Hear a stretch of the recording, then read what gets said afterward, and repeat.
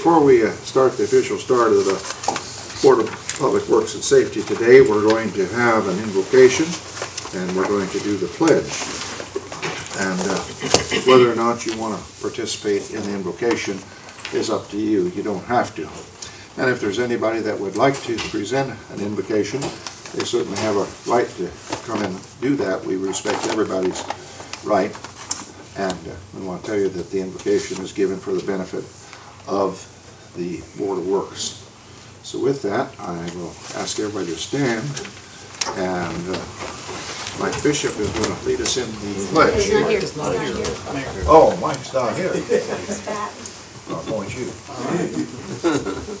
I pledge allegiance to the flag of the United States of America and to the republic for which it stands, one nation, under God, indivisible, with liberty and justice for all. Remain standing and shut your phones off first.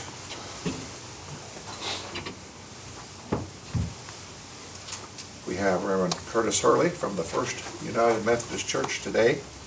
We have a former chief of police that's in our hospital, had back surgery, and he's having a pretty hard time right now. His name is Richard O'Neill. Is there anybody else that connected with the city today that we needed to, or connected any place? Remember Mike Bishop? Mike Bishop, and I didn't know Mike was sick, I'm sorry. His back. It's his back, okay. Mike Bishop is a member of our Board of Works here, and he's absent today. Right. Lord, our God of wisdom, we confess our own limitations of our human wisdom, and so we do turn to you for your guidance and your counsel in the conduct of the business before us. And we trust, Lord, that you will lend your aid to the deliberations that are being made here. We also trust, O God, that your grace is over all of your creation and over all of your people. And and particularly today, do we lay before you Richard O'Neill, Mike Bishop.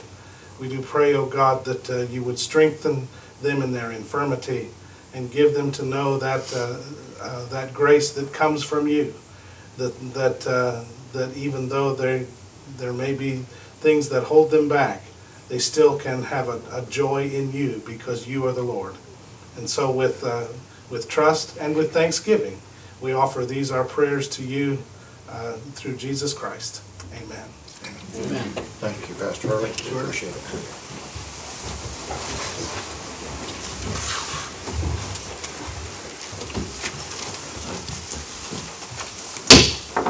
Call the official meeting of the Board of Public Works and Safety together. Our first time of business will be turn off your ringers and roll call. Jane Oakley. Present. Fran Schomel. Present. Leonard Urban. Present. Mike Bishop. Ron Coldiron. Present. Let the record show that 4 of the 5 Board of Works members are here. We have a quorum and we can do business. Reading of the minutes of the last Board of Works meeting.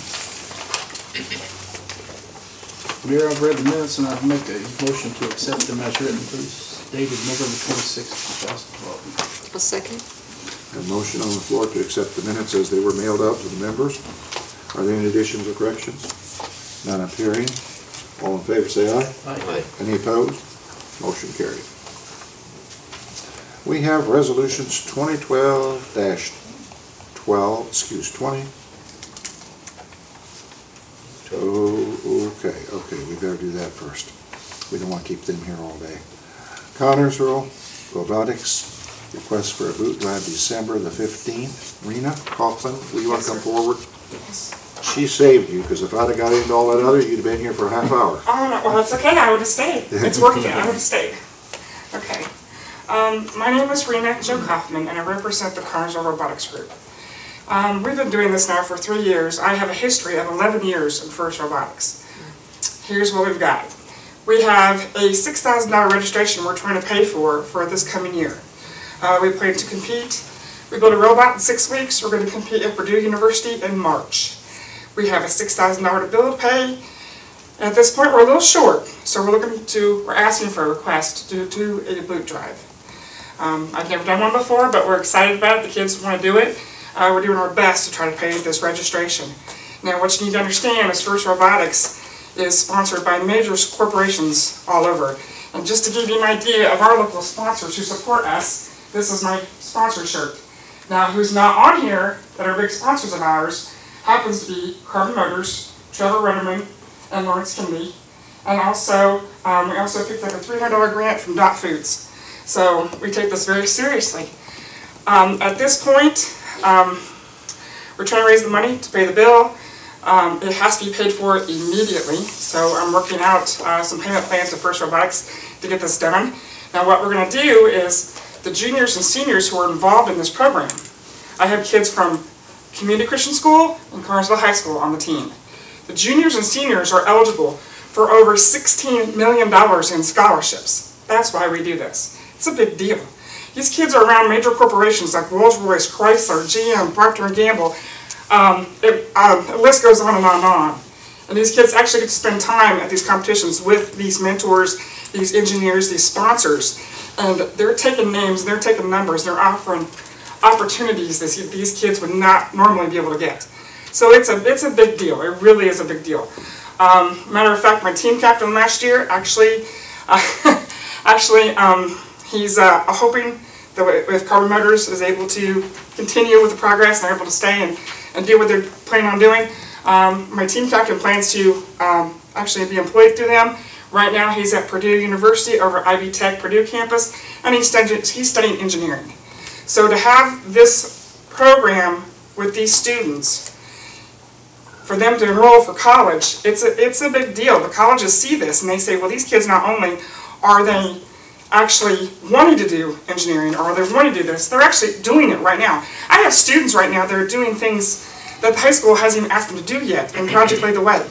So they're learning building, they're learning programming, they're learning time management and so on. So I don't want to keep you, but it's a very important program. I take it very seriously. So do the students. I have some information here if you'd like to see it. So, but we are requesting a boot drive, please, to help us try to pay for this registration. And we do have other sponsors and other grants coming in. Okay, we are keenly aware of robots. We've worked with them for several years, and I think it's a wonderful program. The kids learn lots. What's your pleasure? Do you work through the Career Center or what? I do not. We are not sponsored in any way whatsoever from from any school, actually. Molly Keener over at Community Christian School, she does support me, she does sponsor me. Matter of fact, we just got back from a state tournament with the smaller robots. That is, because the FRC robots that we're doing is the high school version, but there's also a Lego League, and I'm sure you've heard about Lego League. We just got back from the state tournament. They finished 31st out of 256 teams. But so they're pretty excited. The school does participate by letting seniors and juniors. Community Christian totally, absolutely supports me, and yes, they do. And doesn't the high school? The high school, those students can come to me at free will. Yes, they are not actually a part of one of our sponsors, I should say. They're not actually affiliated with us, but those students can come to us at will, and they do. We have several students with us. I know the school supports it. Yeah, well, they do support first, yes. How many do you have in your... As of right now, about 12, and we're still growing. Our build season starts off in January. We'll get the kit at the same time all the other teams get the kit. We have 6 weeks to build a 120-pound massive robot. If I could have brought it in here and showed it to you, I would have. But I don't think it's going to fit through your door. But this year's actually played basketball. Last year's would stretch up 12 feet high and put air tubes on a wall. It's amazing. You have 3 teams against 3 teams competing. Matter of fact, it's growing so large that there's actually now another tournament in Indiana at Rose-Hulman. Okay, this is your first request for a boot drive. Yes, it is. You know how it works, it's 3 locations. I will find out. I will learn. And there are rules and regulations that are required. I will follow them. Okay. It's coming up this weekend, so... Yes, I know. Yes. I will do that. I'll move that we request, or we give the request for the Carnesville Robotics boot drive on December 15th. I'll second. We got a motion and second on the floor to allow this boot drive. Any further discussion? Anybody? It's fine. Jane? Sounds good. Okay, all in favor say aye. Aye. Anybody opposed? Motion carried. See that fellow right back there behind you? Sure do. He can give you all the rules and regulations and the equipment, so you need to talk with him. I will gladly do. Thank you. Thank I'll you. leave this with you anyway. Thank you so much. Thank you. Thank you. Good luck. Thank you. Okay, as I started to say before, Number B, we have Now, let's go into that.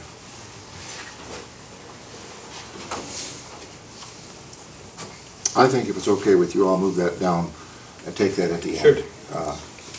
Let's go into our resolutions 2012-110 all the way to 2012-124. All of you know what this is. It's the end of the year and we're transferring from this place to that place to try to finish up the year. You've had this before you for 2 or 3 days. First of all, is it okay if we take it all at one time? Yes, please. Okay with you, Clerk Fran? treasurer to read them. Is it okay with you? Yes, it's fine. There is a correction, I think, on 113. He wants you to read it.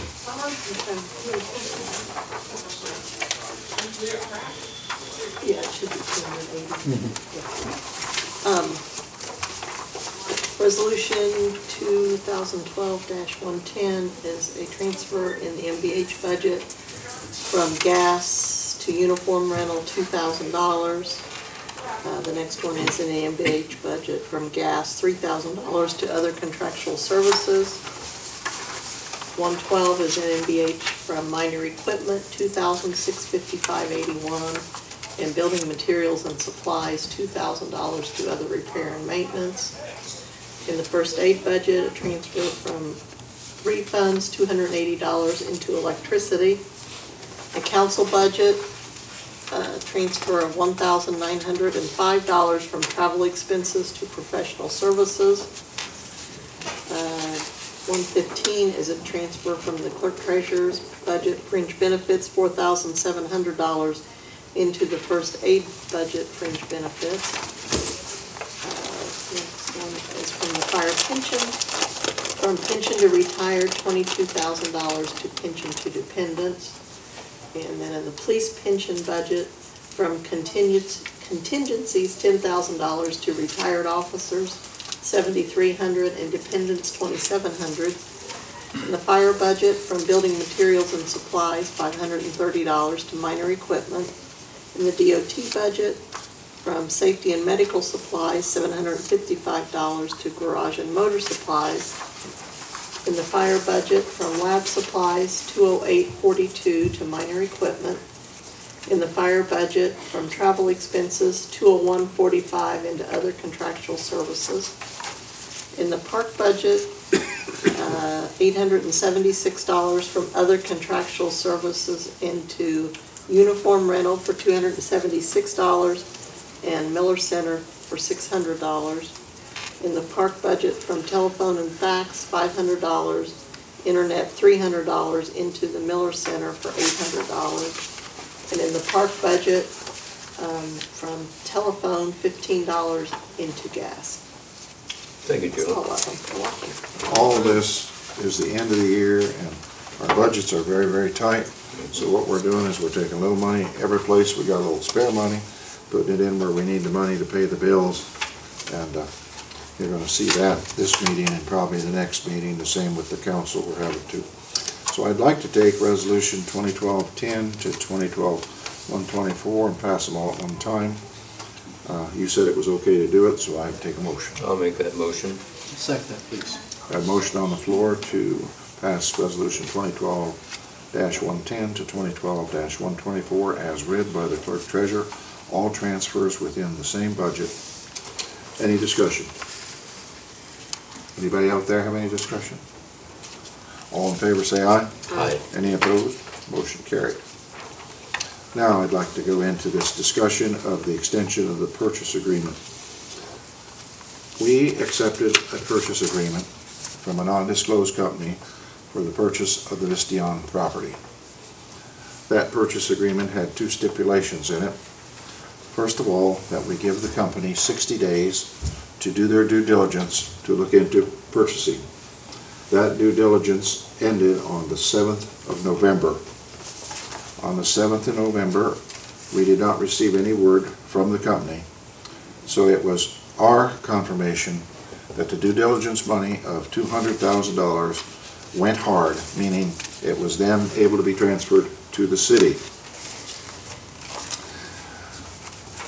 Sometime after that, on the 9th of November, the company that was purchasing sent us a letter, U.S. mail, which was the proper form according to the agreement, that they would like to talk to us about extending the closing date of that building. And they would like to close it or extend the closing date until the 31st of March 2013. I called economic development together, and I talked with our legal counsel, and we think that is a possibility. However, there are some legal ramifications, and I'm going to let Mr. Baker tell you what they are in a minute. And so today we have come to you, and as mayor, I'm asking you to trust me and the legal department, which might be a far stretch, to make the determination on that. And any of you that would like to can be in on those meetings, but there's some legal things that Mr. Baker wants to be assured of before we do that. Mr. Baker, if you'll take that. Well, the current agreement provides that the deal must close on December 20th, no later than December 20th, 2012. And the prospective purchaser is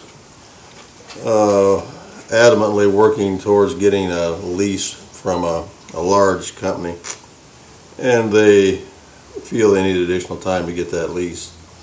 And what they want in order to get that lease is an extension of the closing date, that is, an extension of the time by which they must purchase the building for the agreed on purchase price. And they want an extension of that time to March 31st, 2013. And I think what the mayor is going to ask you for is authority to, depending on how negotiations proceed, to extend the time to March 31st, 2013, either in 30-day increments or in total. Again, depending on how the negotiations proceed, because we can't tell at this point in time whether we need to extend 30 days at a time or if we're going to have to extend for 90 days from December 20th, 2012. That's about all I have to add, Mayor, unless you have other questions. We're kind of up against it because December 20th is right around the corner, and we only got one more meeting this year, and we certainly don't want to do anything that would keep this company from bringing a big company here, and yet we want to be sure that we're doing this properly. So we're kind of in a dilemma, with the exception of calling special meetings, and it takes 48 hours to call special meetings. So Mr. Baker and I think it's in the best interest, and like I say, any of you that would like to could be, we could consult you when we get further information or when we find out exactly whether we're going to go with 30-day extensions or a permanent extension, whatever. We also have another attorney helping us with this. He specializes in real estate contracts, and we want to consult him. Am I properly saying that? Yeah, Don Williams of Barnes, Thornburg, and Indianapolis is a specialist on just real estate law in general, and he's been guiding us through this, and we very much want to stay in touch with him. This prospective purchaser, does that mean they're bringing another person on board, or what does that? Prospective, they haven't purchased, of course, until they actually close the deal, is what I meant by that. Okay. Yeah. Now, the people that actually made the offer are dealing with another company to either lease it or sell it to them that would bring a big company in here, Okay, okay. a large company. So they've entered the picture after the initial contact was made with us. And they haven't got that all signed, sealed, and delivered in, so we're very careful. We don't want to shake the boat here. We want everything to go. So that's why we're very careful. We don't know what we should do at And this the point. 200,000, is that ours now? Is that the city's? Mr. Baker, I think the term is non-refundable. It's Okay. not refundable to the purchaser. And if they do go through with the transaction, it'll be applied to the purchase price. Yes, that was the agreement. Mr. Williams agrees that Yes. it's gone past the date and it's non-refundable. He does. Mayor, I'd kind of like to look at this a little deeper. Would it be all right if we tabled it till the December 20th meeting, or is this something we need to look at? Well, they're asking for an extension immediately, or very soon. Within the next few days, because they need to know if they're gonna get an extension or not, I think. That's my reaction. I think there's one or two things we could do. We could arrange for a special meeting of this board 48 hours hence, or we could go ahead and do, like John, I suggested, let us make the call. But I'm open to either one of them, it doesn't make any difference. I just hate to call you guys in. Sure. It seems like I've called you a lot. But I'd be willing to go with it 30 months at a time, or 3 months, 30 days at a time situation, if that's, can be worked out. John, can that? It's possible, but we don't know at this point in time until we negotiate further I see. with them as to whether or not they want to do it. We'll agree to do it that way. But I'm like the mayor, I don't want to rock the boat and jeopardize this thing being completed. Jane, Are they coming down to meet with you again, or is this gonna be by phone call? we've been doing this by conference call Conference. on a regular basis.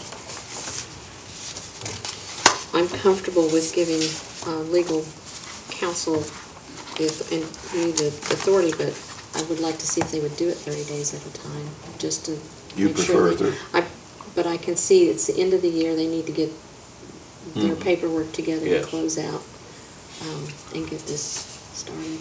Today is Monday. What day is Friday? What's the date Friday, Melissa? 14th. I propose 30 days, and if they can't agree to that, be flexible and go with what. I think for executive session, we are allowed to negotiate real estate contracts. Is that true? We can meet regarding economic development. And that's what this is, isn't Yes. it? Would you folks like to call a meeting for Thursday or Friday and let me bring you up to snuff on where we are? I think that'd be Yeah, an that'd be ideal. fine. I certainly don't want to do anything unless you're in the loop. I won't be in the loop. I was gonna say John, would that's that be okay with you? Right. Julie? Sure. What's your schedules? Yeah, time after 8:30 in the morning is fine. Any morning. Any morning after 8:30? John, do you want this to be an executive session? Probably so. Yeah. Yes, we're talking about negotiations with a prospective economic development company and so on. I think we need to make it executive because there are matters that you don't want to discuss that can be used by other entities that would be detrimental to the company that's interested in buying the property. Okay, if we did that, do I still need to call then the board together again in public session to make the decision?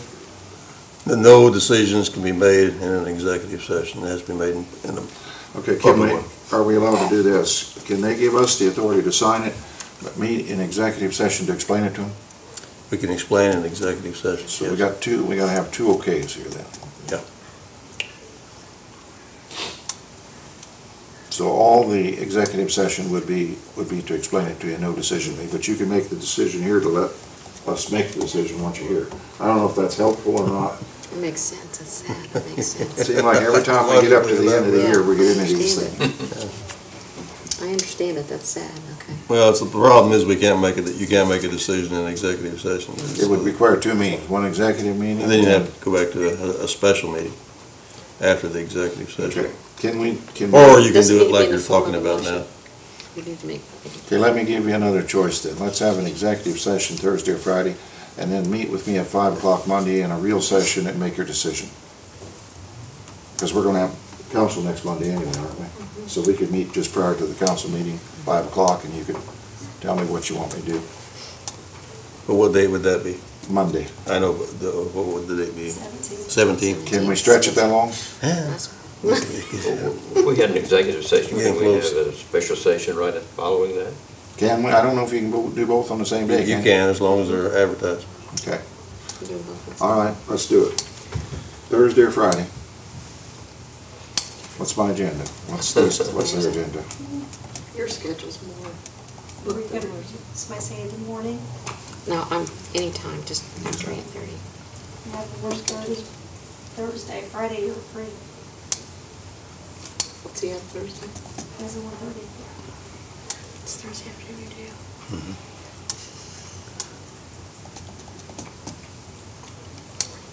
I'm okay in the morning on Thursday. Up in the Jane, you don't want to meet in the morning, do you? No, that's fine. What Anytime time? after 8:30 is okay. 9 Anytime o'clock? after 9 o'clock's good. I can't meet Thursday morning, Mayor. You can't? No, I've got an appointment. What calendar is that? How about Friday? Friday afternoon, Friday morning? Friday morning possibly.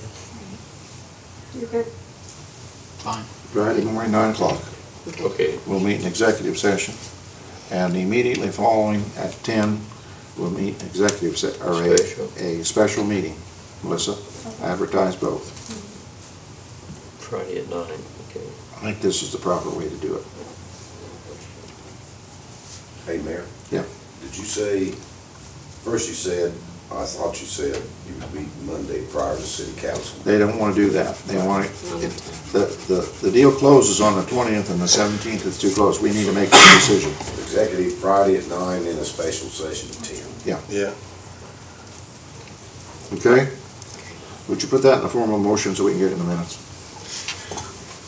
I move that Board of Public Works meets in executive session on Friday, the 14th of this month at 9 a.m., immediately followed by a public session at 10 a.m. for business concerning the sale of this down building. Second. Okay. Any discussion? That's fine. All in favor, say aye. Aye. Anybody opposed? I think that's the cleanest and the best way to do it. Thank you so much. Okay. I got a couple of things before we go into utilities. We have advertised the job over at the street department for the truck. I have 3 people applied for it. 2 of them are coming out of sanitation and 1 out of streets. All 3 of these people have gone and practiced with the truck. It's my intention now for David to take these 3 people and go up to Vistion, and we've got the containers, work with it and practice with it, and then for Mr. Job to come back and recommend to the Board of Works who will be driver 1, driver 2, and driver 3 of the new automated truck. And all I need is your consent to move in this direction. We posted it 3 days. Okay. I need a consent, please. I'll make the motion that Okay. whatever you said we do. Sure. Oh, man, that's a wide open. I'll do it for you. Okay, thanks, Dave. These 3 people would be considered driver 1, driver 2, and driver 3, since they're the only 3 that applied for the job. And what it is backup drivers is what the other 2. Right, I didn't realize we have to have those guys, yes, you can't have just one person. We're gonna do this according to the union, we're doing it according to department and seniority. Okay. I'll make a motion that the superintendent of streets train the 3 prospective drivers for the new automated trash truck and rate them 1, 2, and 3. Okay, that's all we need. These are yours, Dave. You've got permission to go. Okay, we had a little breakdown over at the street department this morning. I was called in, and the heat exchanger in the furnace that heats the offices, the break room, and the locker room, the bathrooms, the heat exchanger's cracked. And you can't fix that. And the furnace is out of date. It's an old Amana, probably 25 years old. We tried to get some parts for it a week or 2 ago. We had some problem, and you can't get the parts. So I immediately told Mr. Job to get us 2 bids, and I think you got 3 or 2. I got from 2 different people. Would you like to present them? You did it, so. They say it's getting cold outside. We certainly can't be without heat. We finally shut the door this morning.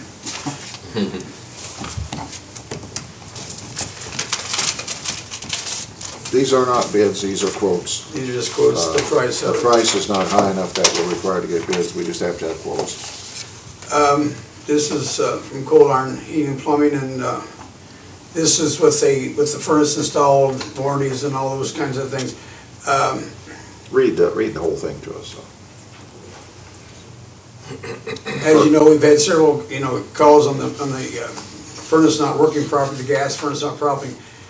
After a close inspection, it appears to have a separation of the heat exchanger.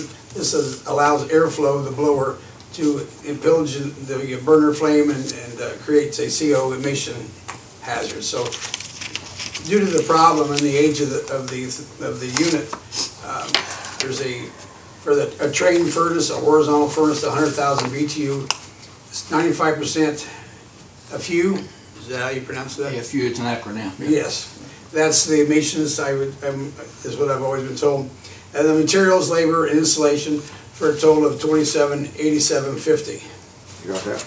And that's for 100,000 BTU. I asked for another 100,000 BTU, and Brown's Heating didn't have 100,000, but they have a 90 and 115. So the same situation with the 20-year warranty on the heat exchanger, 5-year warranty on all parts, and 2-year on labor warranty. What's the name of the furnace with cold iron furnace? Goodman. Not cold iron. Oh, I'm not cold iron, I'm sorry. What is it? Train. Train, I said, yeah, it was a train. And this furnace is a Goodman, and one's a 90,000 BTU, like I said, with the warranties and so forth, and it's $2,196. Now that's for the 90,000? That's a 90,000 BTU, and I'm sure the same with cold irons, they have it on the shelf. And they could even put it in yet tonight. And then the other one they quoted me because they didn't have the 100, it was 115,000 BTU. Same thing, 95% efficient and so forth. And it was $2,395. $2,395 for a 115,000. Is it available? Yes. What kind of furnace is it? It's a good one. It's the same type or same model. Okay. Those are both brown, David? Yeah, these are both brown. They're Okay. both, because I didn't have a 100,000 BTU, so they went above and Okay. above it and below it. So So these are in stock, ready to go, all three furnaces? as far as I know, I didn't ask. Yeah, these furnaces are in stock, yes. Okay. Well, So- mine is, I don't know about the good ones. Yeah, they are too. Ronnie, did you examine that furnace yourself? or- Yes. Mhm. Yes, I did. Tell us what your bet is on fixing it or putting a new one in. Well, the 2787 includes the materials and labor, transitions and so on. It is a 95% furnace. It's a horizontal application. The labor on it's a little bit higher, probably because of the application of it more than. It's up in the air. It's up in the air, yeah. And of course, transitioning back to your discharge and return. What concerns me about the thing is the impingement of the crack in the heat exchanger. Now, I didn't take any CO readings, but anytime there's a crack in the heat exchanger, you shut things down, so, and it is what it is. And you shut it Yeah, I shut it off. As far as the pieces of equipment, I'm sitting on the wrong side of the fence here, but, product Goodman versus Train, I mean, how far do you want me to go into that? I mean, naturally, I'm gonna defend Train over a box store furnace, so, there you go. Yeah. Right. You can't do that. Yeah, I can't do that. You know, yeah. So it's gonna be up to the Yeah. Board of Works here. We gotta make a decision. We gotta make it quickly, because I guess we gotta do a cold blast air and then it's gonna warm up Yeah. again, but we gotta have furnace over there. Was the warranty the same length of time on both of those? Since we didn't see them? Is the warranty the same on all three? I don't know exactly what cold irons. There's a lifetime warranty on the heat exchanger on those and 10-year parts. Yeah, he has a warranty too. Julie's got This it. has a 20-year warranty on heat exchanger and 5-year on parts, 2-year on labor. On both of those. Is there any infrastructure changes since it's such an old heat exchanger? There's nothing It's hanging on brackets in the room over there, and I don't think Else it needs to be much of anything has to be changed over there, does it? Just your transition, just your sheet metal transitions. Yeah, it sets in the trapeze application, yeah. You can back a truck right inside the building, right into it. It's right here. It's really easy to get to. How much is the difference in the bids? $300? $100.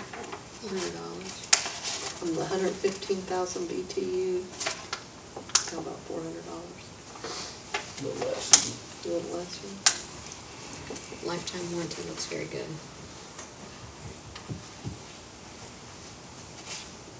I'm ready for discussion. I guess they're all comparable. I've never heard of one brand. And but the other ones, so,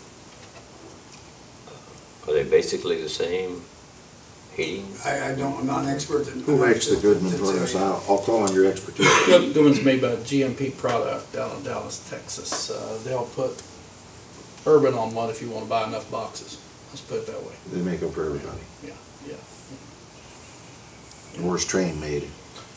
This one's made in New Trenton, New Jersey.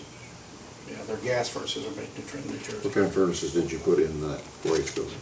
All train. It's all train. Anybody here have any discussion? Anybody here from Brown's Heating? Huh. Well, I'm not from Brown's Heating, but. Well, come up to the podium. You know the rules. Come on, Bill.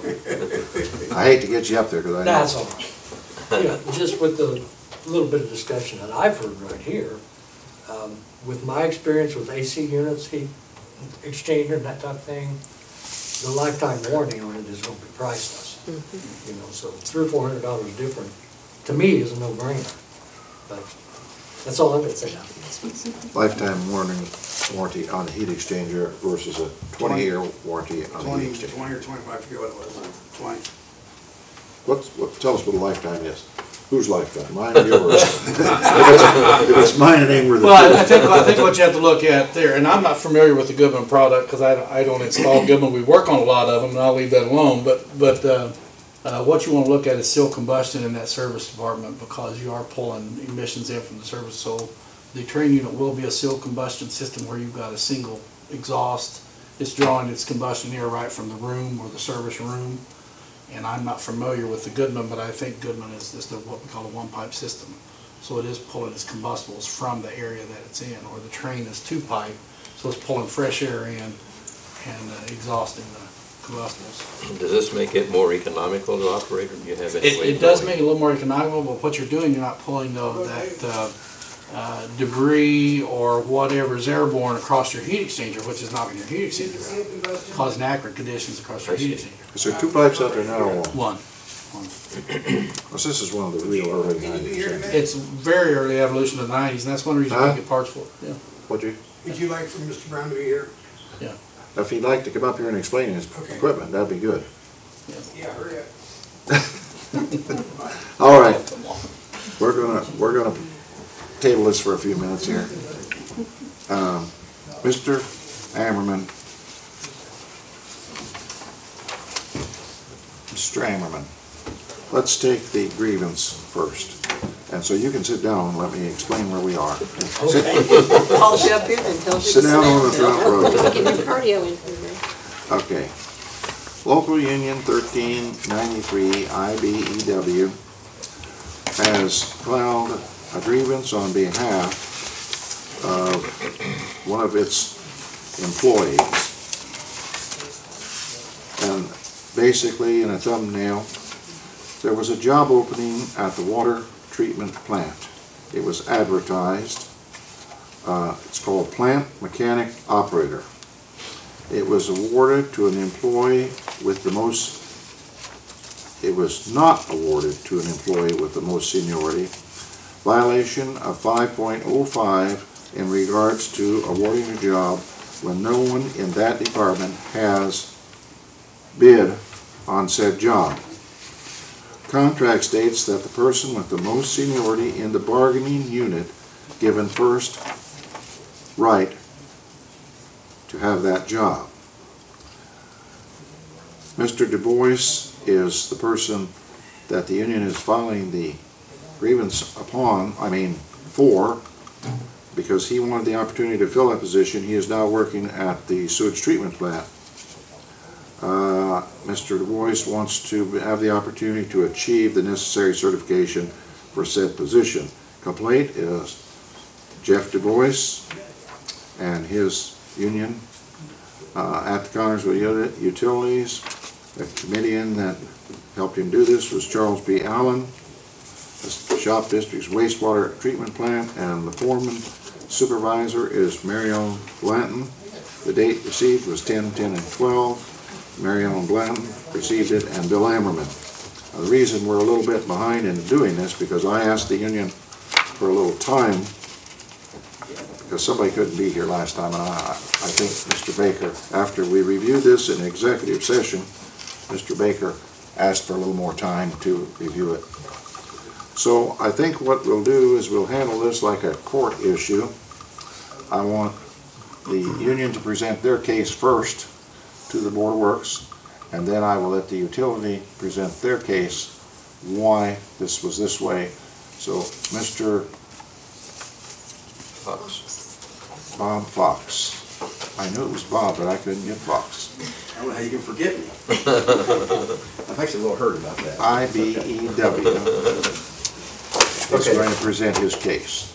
My name's Bob Fox. I'm with IBEW Local 1393, and we represent the employees at Connersville Utilities. We do have a grievance filed by Jeff Du Bois. Jeff Du Bois is the most senior employee in our bargaining unit. And currently Jeff works at the wastewater treatment plant. And Jeff bid on a job posting at the water treatment facility. And the job posting was plant mechanic operator at the water treatment facility. The utilities awarded the job to Kunkel, and they based their decision upon Mr. Kunkel had a certification, the WT3, which is a certification required by IDEM. In order to operate the facilities, you have to have a WT3, or it depends on the size. They have different numbers for different size facilities, but that one there requires a WT3.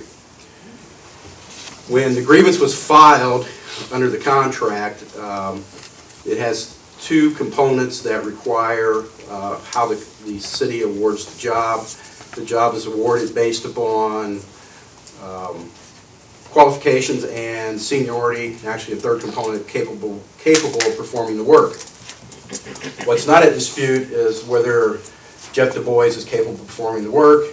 That's been acknowledged by Bill Amerman. And what's not at dispute is the issue about seniority.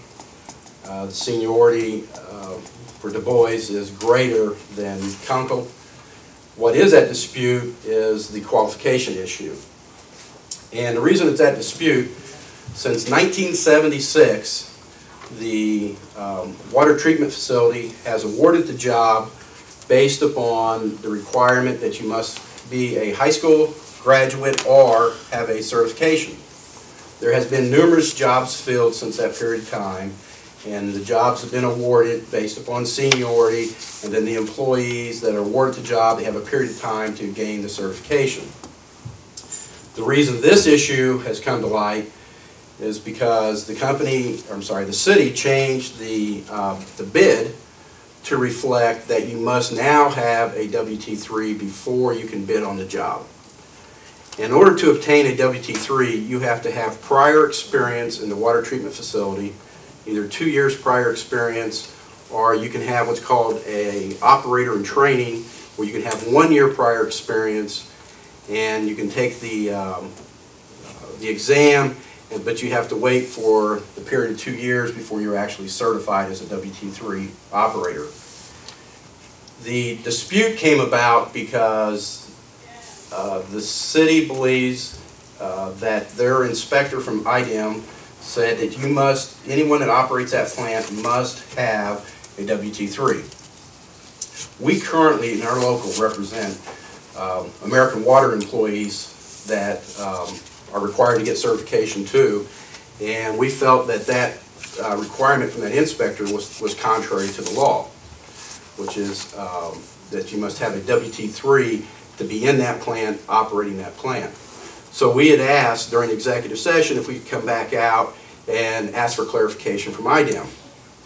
And we did receive clarification from IDEM. We contacted a Ruby Kessler, which is the head of certifications at IDEM. And I provided a copy of that email to Bill Amerman. I also mailed a copy to Attorney John Baker, and I'm sure everyone probably has a copy of the letter along with the email. But a couple of interesting pieces in that email, Ruby Kessler, she says that the requirement of someone having a WT3 to be in that plant, that is not a requirement. The only requirement is if they have to make process changes. And the only one that can authorize process changes is the one that's been recognized by the state as certified operator and responsible charge. And that's Dave Nutty. That's the only one that can authorize that. And it's in the email. You can see that in there. So Dave Nutty is the supervisor. And as a supervisor, he provides direction to employees on how to perform work. And this would be no different. And in this particular instance that we're grieving, Jeff Du Bois should have been awarded the job, allowed him a period of time, and we would agree for him to get the WT3. But it still comes down to Dave Nutty, whether he's got a WT3 or not, because he is the certified operator responsible charge that's recognized by the state. The state only allows you to have one of those persons with that title, and they're the ones ultimately responsible for that water treatment plant. So anything that's done in that plant has to have the blessing of Dave Nutty. So we're asking that the city rescind awarding the job to Kunkel, award the job to Jeff Du Bois, effective October 2nd, which is when the award was done, and make Jeff Du Bois whole for any losses if there's a pay increase, and pay him the difference, and allow him 1 year from the date that he was awarded the job to get the WT3, so they'll be consistent with what's in that plant, and change the way that they post the job. And we would agree that you could put language on the posting that employees are required to get the WT3 after being awarded the job 1 year from the date they are awarded the job. And one piece I forgot to mention, the exam is only done twice a year. So it's done in the fall and it's done in late spring. So even by awarding someone the job and said, okay, well, you need to go take the test, that's impossible to do because you have to apply, you have to go through an application process, it has to be signed off by supervision, even before someone could even take the exam, because the state has to certify that you do have the experience to take that exam. So we think our request is reasonable to allow him 1 year to work as a plant operator at the water treatment plant, and then he would take the exam in the fall of 2013. I'd be glad to take any questions anyone would have on that. I think everyone's up to speed on it pretty well. First question I have, are you stating Mr. Ammerman posted the job improperly? That's correct. And what do you base that on? Based on prior job postings, there's been no requirement that you must have a WT3 in order to bid on that particular job. Now, we have agreed in other jobs where they have a certified operator posting, which I don't currently know who it is that holds that now, but it used to be Dave Nutty. That one requires you have a WT3. This particular job that was posted, it's a lower labor grade, and it's not required in all the prior postings. According to the union, does Mr. Ammerman, as the chief executive of the utility, have the right to decide the posting and the qualification? Not unless he bargains it with the union. He has no right to say what he thinks should be there? Well, if the job's what changed, he wants there? If the job's changed in such a manner that requires the change of qualifications, then it would, contractually, it'd be worth more money under the contract because you're putting a greater responsibility on them. But under the contract, under 7.01, or it might be 7.02, any modifications or changes to the labor agreement and the terms and the benefits associated with that must be bargained with the union. We were never, it was never brought to us or discussed with us. Have you completed your case in full? I have. Have you got any other witnesses? No, I do not. Okay, thank you so much. Thanks. Okay.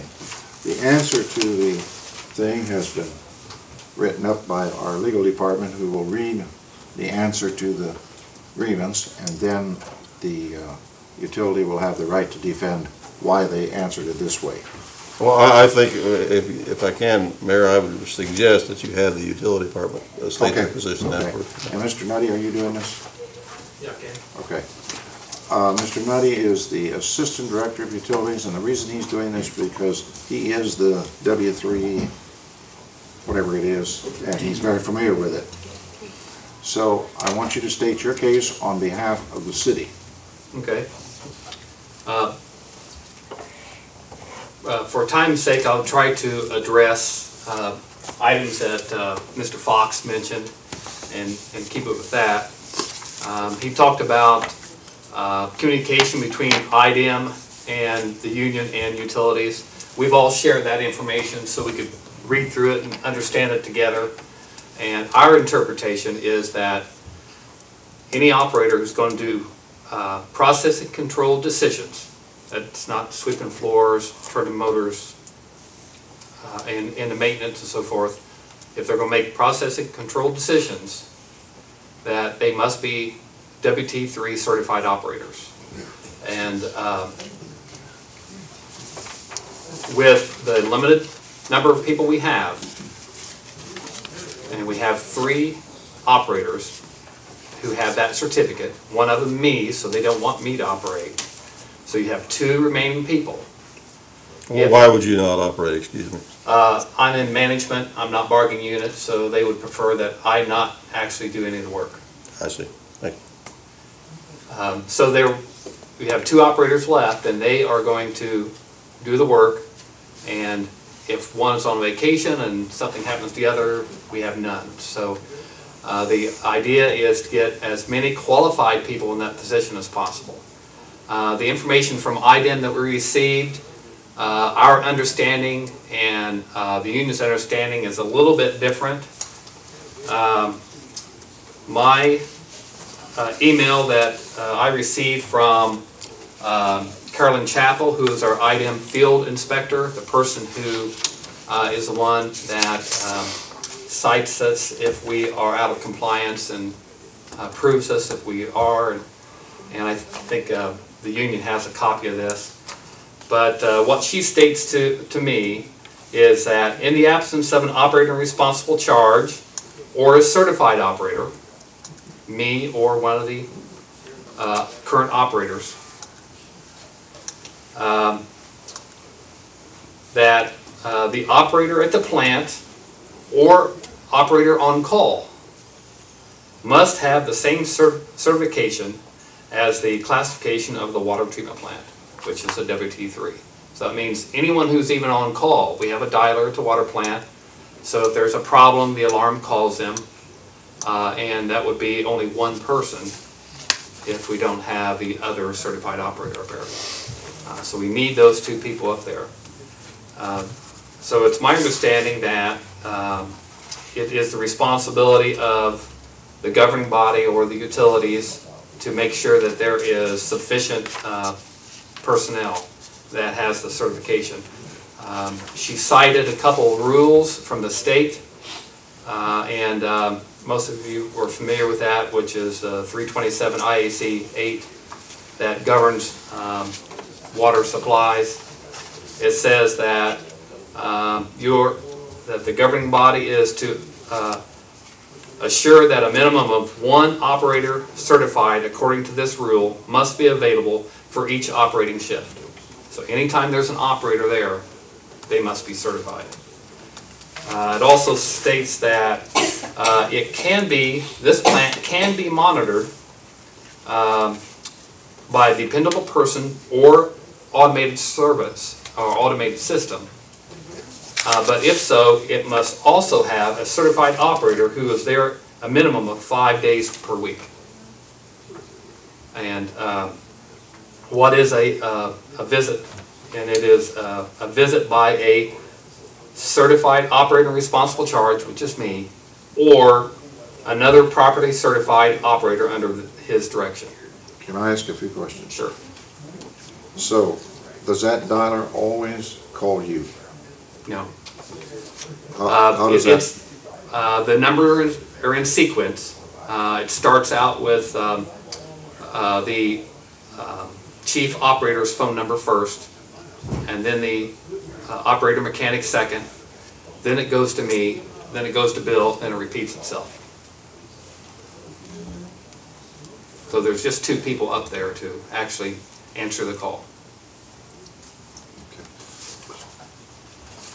Okay, my second question, Dave, is... Sure. I'm a little confused on it. It says that there must be one on each shift. Mm-hmm. Would you read that again? Because I want to understand that. Yeah, well, as far as a shift, anytime that plant is being manned and operated, that person must be a certified operator. It doesn't define shift in this rule, it just says shift, which I would interpret as anytime you have a person there working. So there's 3 operators with the WT3 or whatever it is, and if you include me. Okay. So they would be responsible to be dialed in and come if there's a problem. Right. So, But you indicated earlier you couldn't be included for, because of a union prohibition. well, you're Right, not so- allowed. You're not allowed to touch valves, Right. but you can give instruction. I can. Yeah. Questions for Mr. Nutty from the Board of Works? One question I have, you mentioned process control decisions. I think I understand that that's, if you have to teach chlorination or something that has to do with sanitation of the water, that's process control decisions, is that correct? Well, the rule that we go by, the state rule, it says that a processing control decision is any decision that affects the quality or quantity of water. So if you make it that broad, quality or quantity, quality being the chemicals we would put in it, the actual operation of the plant, and quantity would have to be making sure that the pumps are operating properly and the distribution system and storage tanks and so forth. Now, these WT3 certification allows them to do that? Is that Yeah. right? Is that correct? Yes, it does. That's fine. That was my question. David, are these readings automatic taken, or do you visibly have to look at Well, tiles and... there are gauges that are automatically taken, but we have chlorine and fluoride tests that are done daily. If you look at those tests and you see that there's any kind of adjustment that needs to be made, then you have to go to the equipment and make those adjustments, which if you're not a certified operator, you can't do that. And this is a continual thing, 24 hours a day. These are monitored Yes, they are. gauges. Well, I want to ask a silly question, Dave. If we have, with you there's 3, without you there's 2.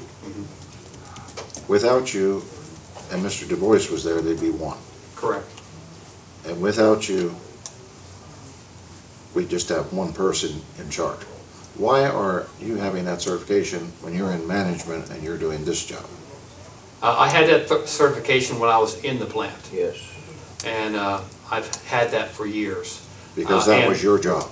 And prior to that, as the reduction of staff occurred, they also removed some management, some supervisors.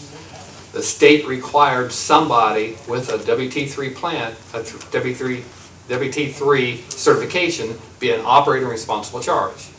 And at that time, they gave it to me, even though I was union, they gave it to me because they had to have someone by law to be operator in responsible charge. When I went into management, I took that responsibility with me because really that responsibility should be with management. But that's why I have it in the first place. And I've had that WT3 since the 1990s. Do you have any supporting witnesses that on the city's behalf here today?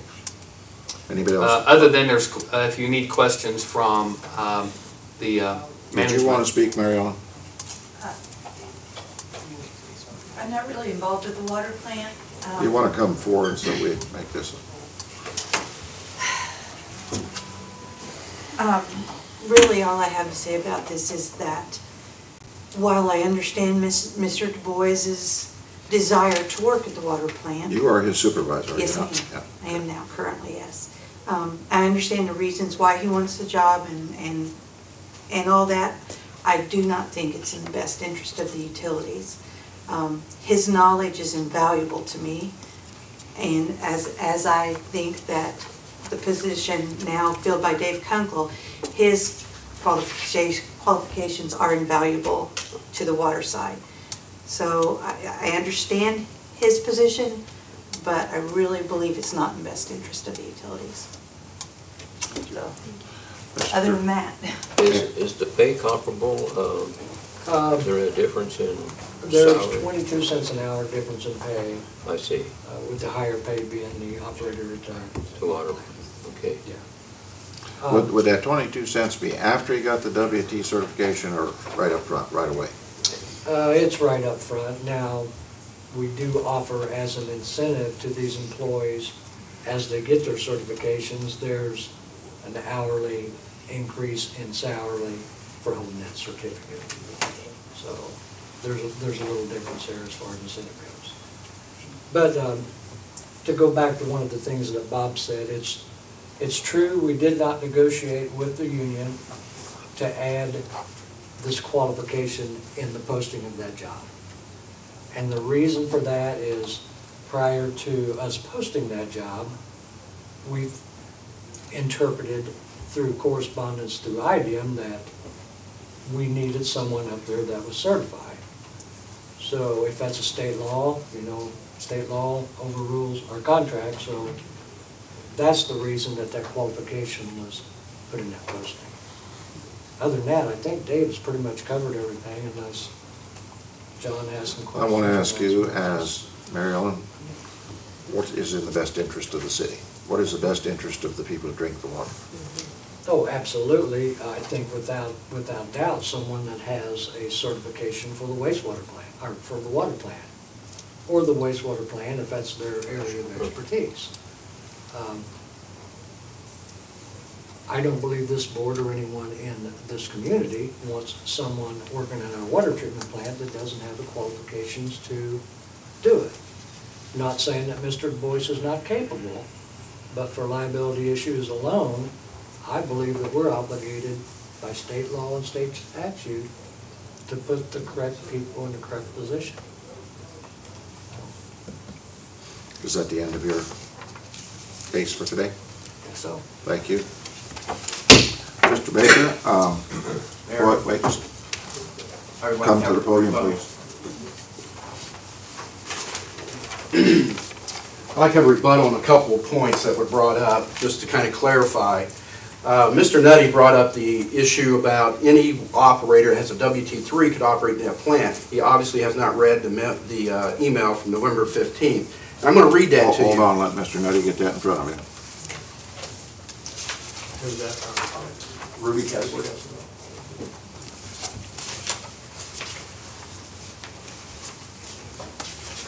Wait till he gets it in front of him here. I'd like you to follow along, David, so we don't get into a time matter here.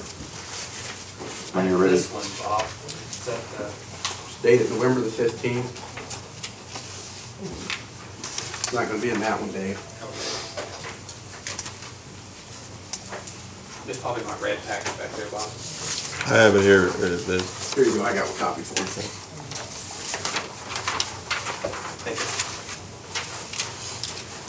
you. In the fourth paragraph of that email, where it starts out, it says regarding rule, I'm not going to read the entire paragraph, but if you move down where it says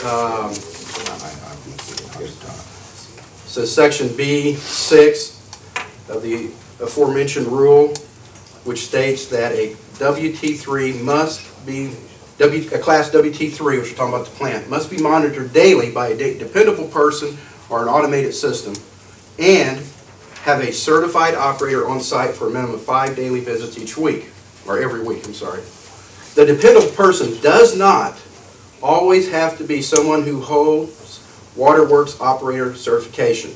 However, if the person does not have certification, they are not allowed to make any process control decisions, adjustments which would affect the quality or quantity of the drinking water, without the approval or consent of the certified grade WT3 operator responsible charge.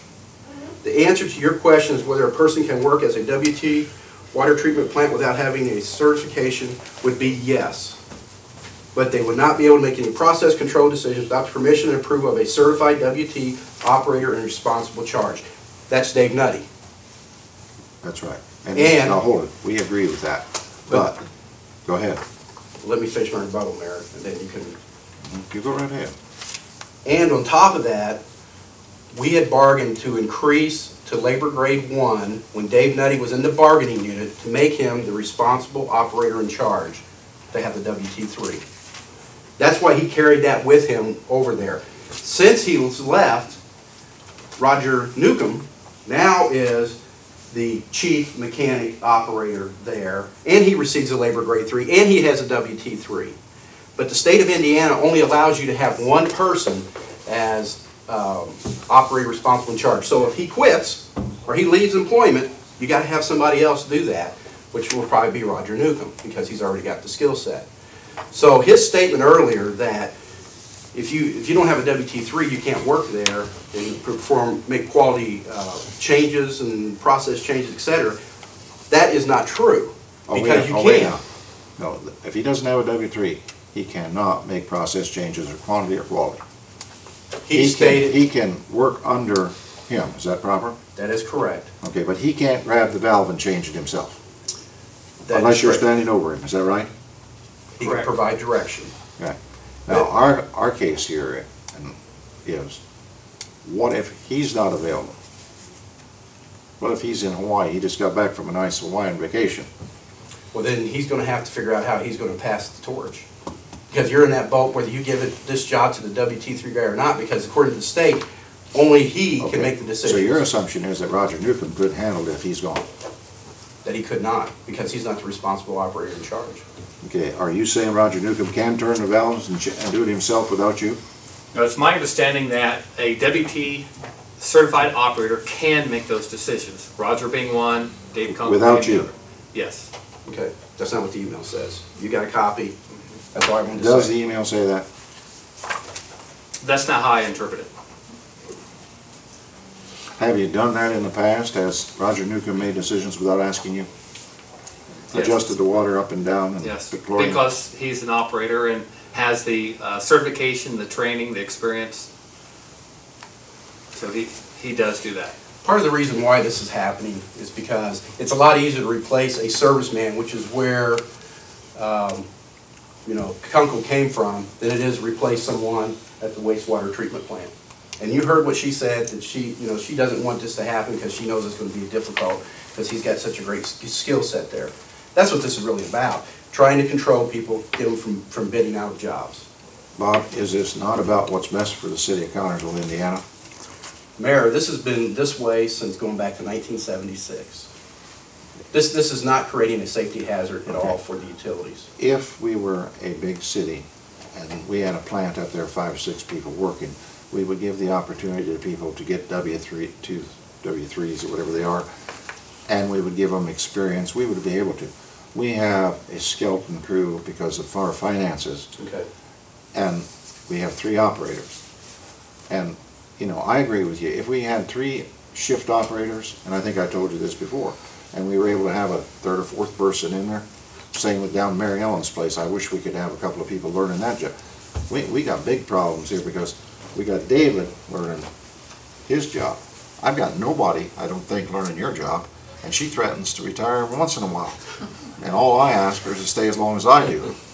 Well, you have a very valid point, but let me just leave you with one thought to think about.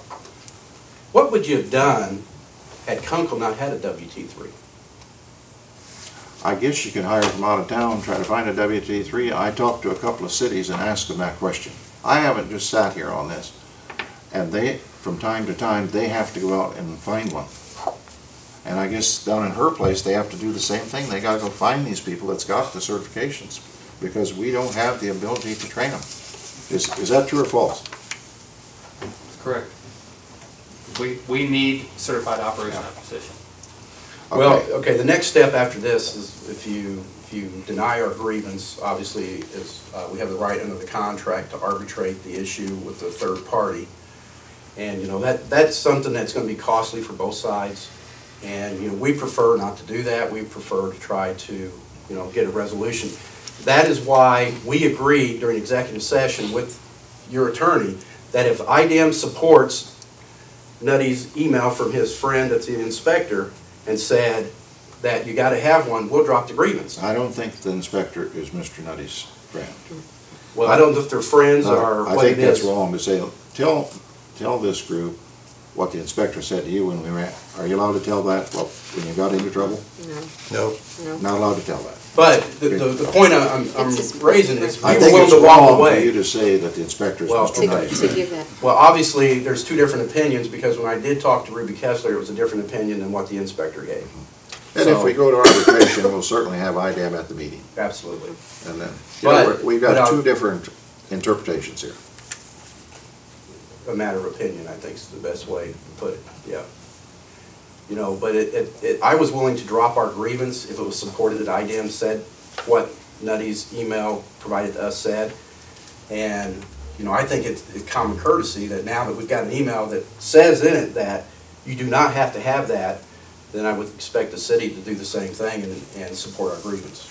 Bob, what you're saying is the so-called dependable person does not always have to be someone who holds water works operation certification. Isn't that what you're saying? That's correct, yes. The dependable person being Mr. Du Bois in this particular case you're That's talking correct. about. And I'm reading for the email from Ms. Kessler and Mrs. Kessler. But she says, however, if the person does not have certification, and you quoted this, they are not allowed to make any process control decisions, in quotes, adjustments which would affect the quality or quantity of the drinking water, end of quotes, without the approval or consent of the certified grade WT3 operator and responsible charge.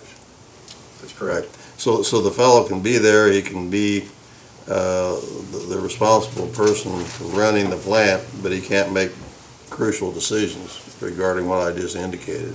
That's correct. You would have to go to the responsible operator in charge, which is Dave Nutty, and say, hey, I got this situation, how do you want me to handle it? Right. And the answer to your question, that was Mr. Fox's question, as to whether a person can work at a WT3 water treatment plant without having certification would be yes, and I agree with that.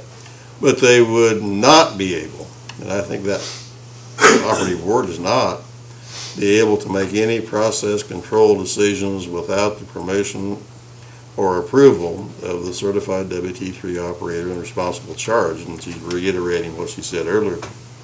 Regarding an operator in training, she says an operator in training may be employed in that responsible person position.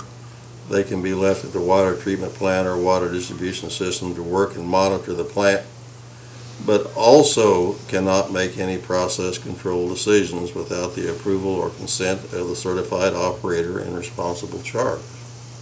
And again, that's in response to your question you put to her. So she seems to be telling us that responsible or that certified operator and responsible charge has to be there or be, and I think we'll all agree, available.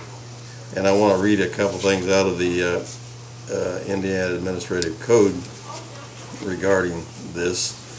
It says the owner or governing body of a water treatment plant shall be responsible to accomplish the following, and it lists several things. Number 3 is assure that a minimum of 1 operator certified according to this rule, which is a WT3 I think, must be available for each operating shift. And then it goes on to say that the following establishes minimum criteria regarding adequate supervision at each classification of water distribution system and water treatment plant. WT3 must do the following: be monitored daily by a dependable person or automated system, which would be the gentleman you're referring to, but then it goes and says, and have a certified operator on site for a minimum of 5 daily visits each week. And the one says, assure that a minimum of 1 operator certified according to this rule must be available for each operating shift. And the other says, have a certified operator on site for a minimum of 5 daily visits each week. So it seems to be saying both of those things must occur.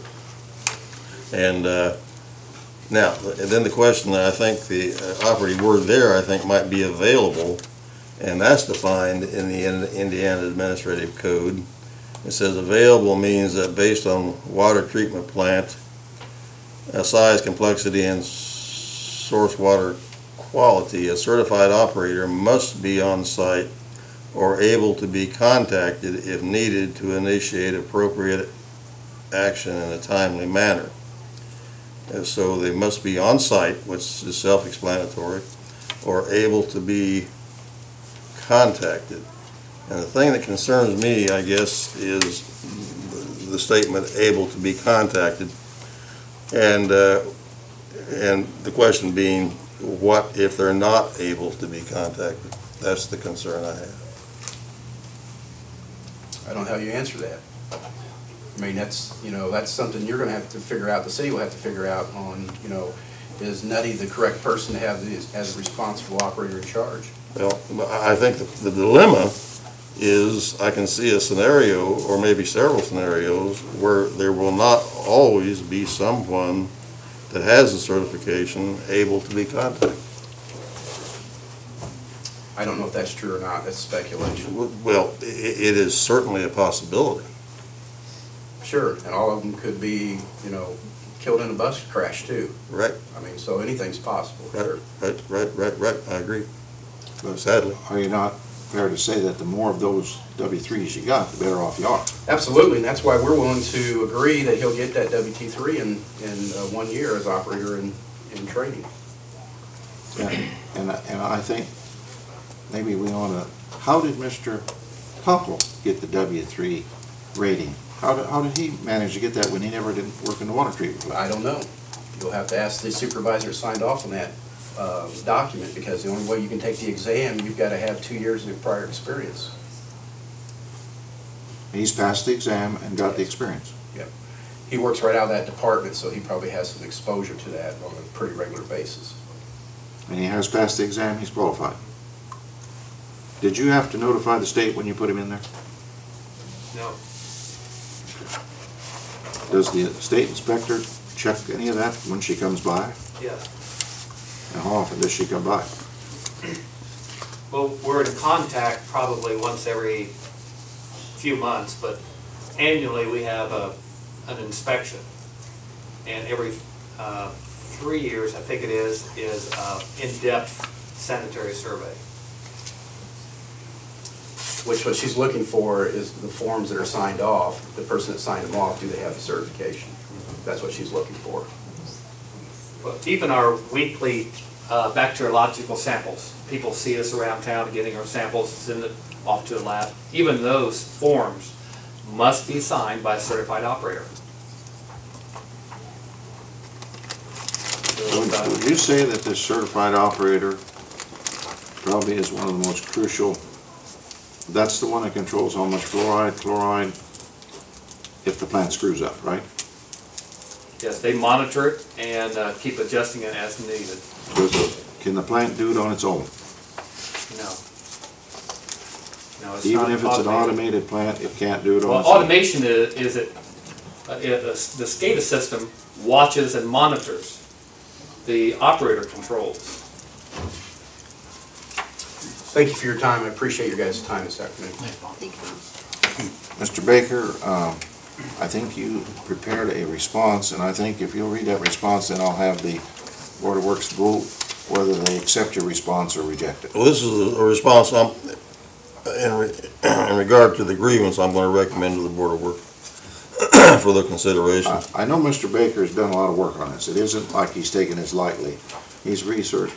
I personally have talked to other cities, and a lot of this does have to do with the size of the city.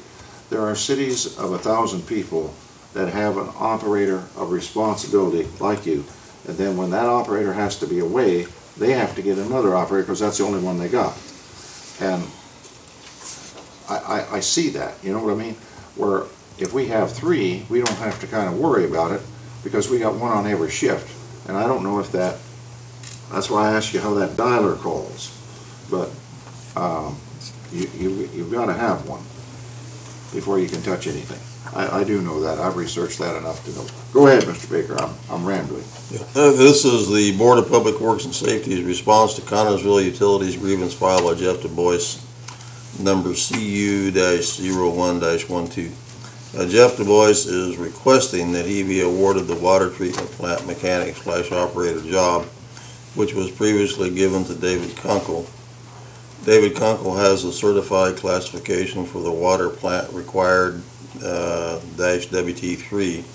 Jeff Du Bois has no such certification. The Indiana Administrative Code provides that the Board of Public Works and Safety must assure that a minimum of one certified operator must be available for each operating shift and must be on site for a minimum of 5 daily visits each week. If Jeff Du Bois is given the job, the Board of Public Works and Safety cannot guarantee that a certified operator will be on site or able to be contacted if needed to initiate appropriate action in a timely manner as required by the Indiana Administrative Code. Therefore, the Board of Public Works and Safety of the City of Connersville denies the grievance. That's the written response I recommend to the Board of Works. Anything else on either side to be brought forth today? None appearing. I'll throw this to the Board of Works discussion. Well, in light of Mr. Kessler's email, it looks to me like that the responsibility of the governing body, which not only is the management but is the Board of Works, has an obligation to put in place the one that's most qualified for the job. I don't know why we would overlook someone that carries the WT3 classification. I understand the employee aspect, but going back to the responsibility of this board and the management, we have no choice but to put a W3 qualified person in there if we have one available, and we did have one available, it sounds like. So that's my stance on it. You know,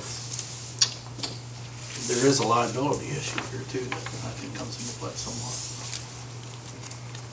Well, I believe what Mr. Fox said in paragraph 4 I have here in front of me. It says if a person does not have certification, they're not allowed to make any process control decisions. And I think it's clear that the state says they can't do it unless a WT3 operator is available. How do you know an operator will be available 24 hours a day? I just don't get it. We've got a guy that's qualified, that can do the job, can make the adjustments when needed. Why do we want to go through this process? I can understand seniority and everything, but it just seems to me that it's plain here that the guy doesn't have the certification, so he shouldn't be doing the job. Okay. I think Ron and Fran have spoken very well. We need to look at the size of our staff, what we have to work with, and we need qualified people in there for the health and safety of our citizens. We need to take a strong stance on that. Make sure there's qualified people in there on call and ready all the time.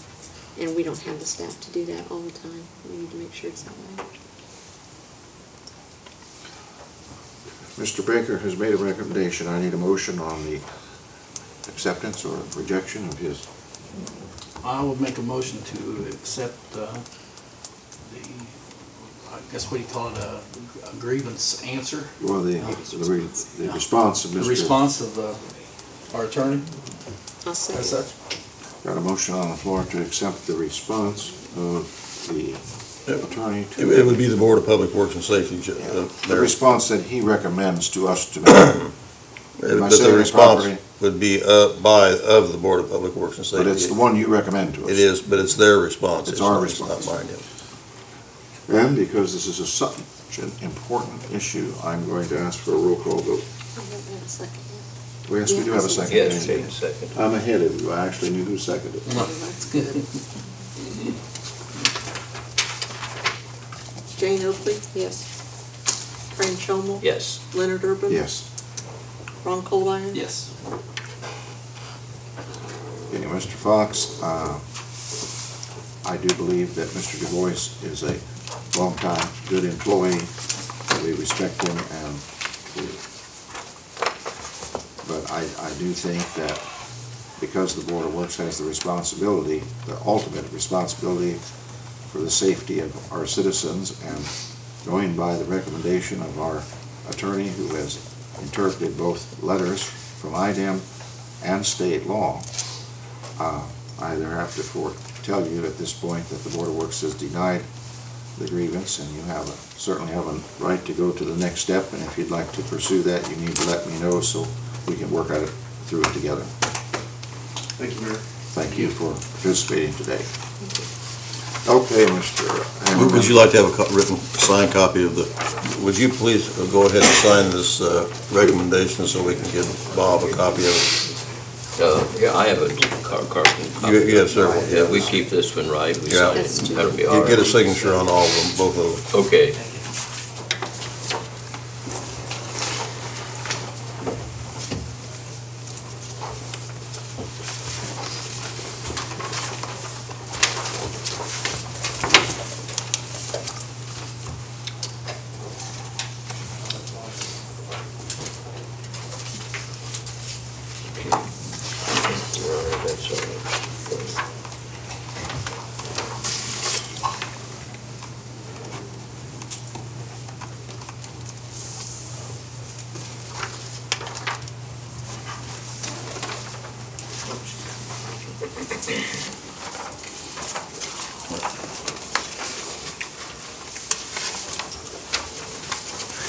Thank you.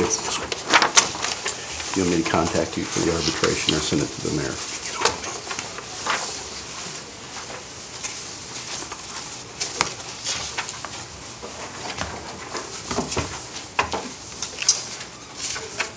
Anybody need a break before we consider this next business? Anybody need a bathroom break or anything? We okay? Fine, go right ahead. Do we want to go ahead and do the bids next? Probably gonna be the most time consuming. It's okay.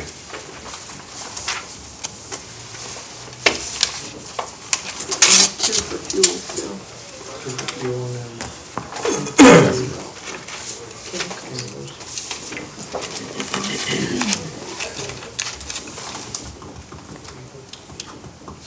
We got 3 for fuel, we got 1 for speed here too.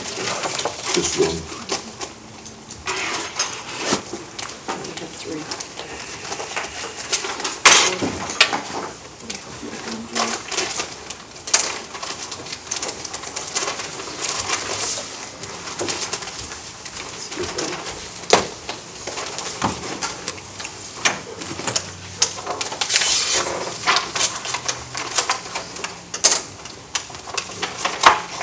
we've advertised for bids for fuel and chemical supplies for the year 2013 for the utilities.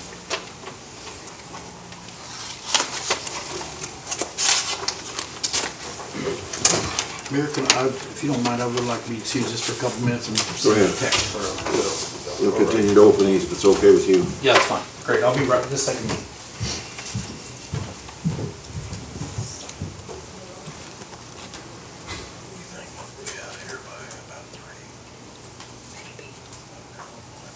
Okay. You want to write these down? Price per gallon, super fleet, which is Speedway, is $2.921 for regular unleaded, 3.108 for premium unleaded, and diesel would be 3.966. That's with all of our discounts, including taking our taxes off. I don't think I have to read the gross price, do I? Just the net price. Thank you. Mr. Baker can review that. I think it's in line. There's no bond you have to post with that, is it?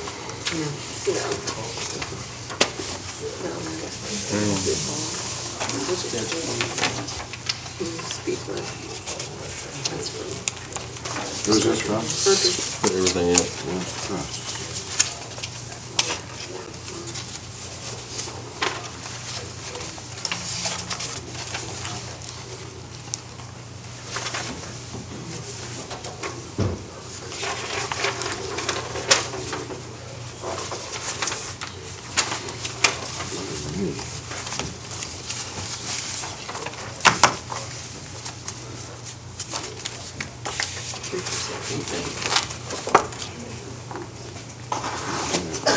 see what it says.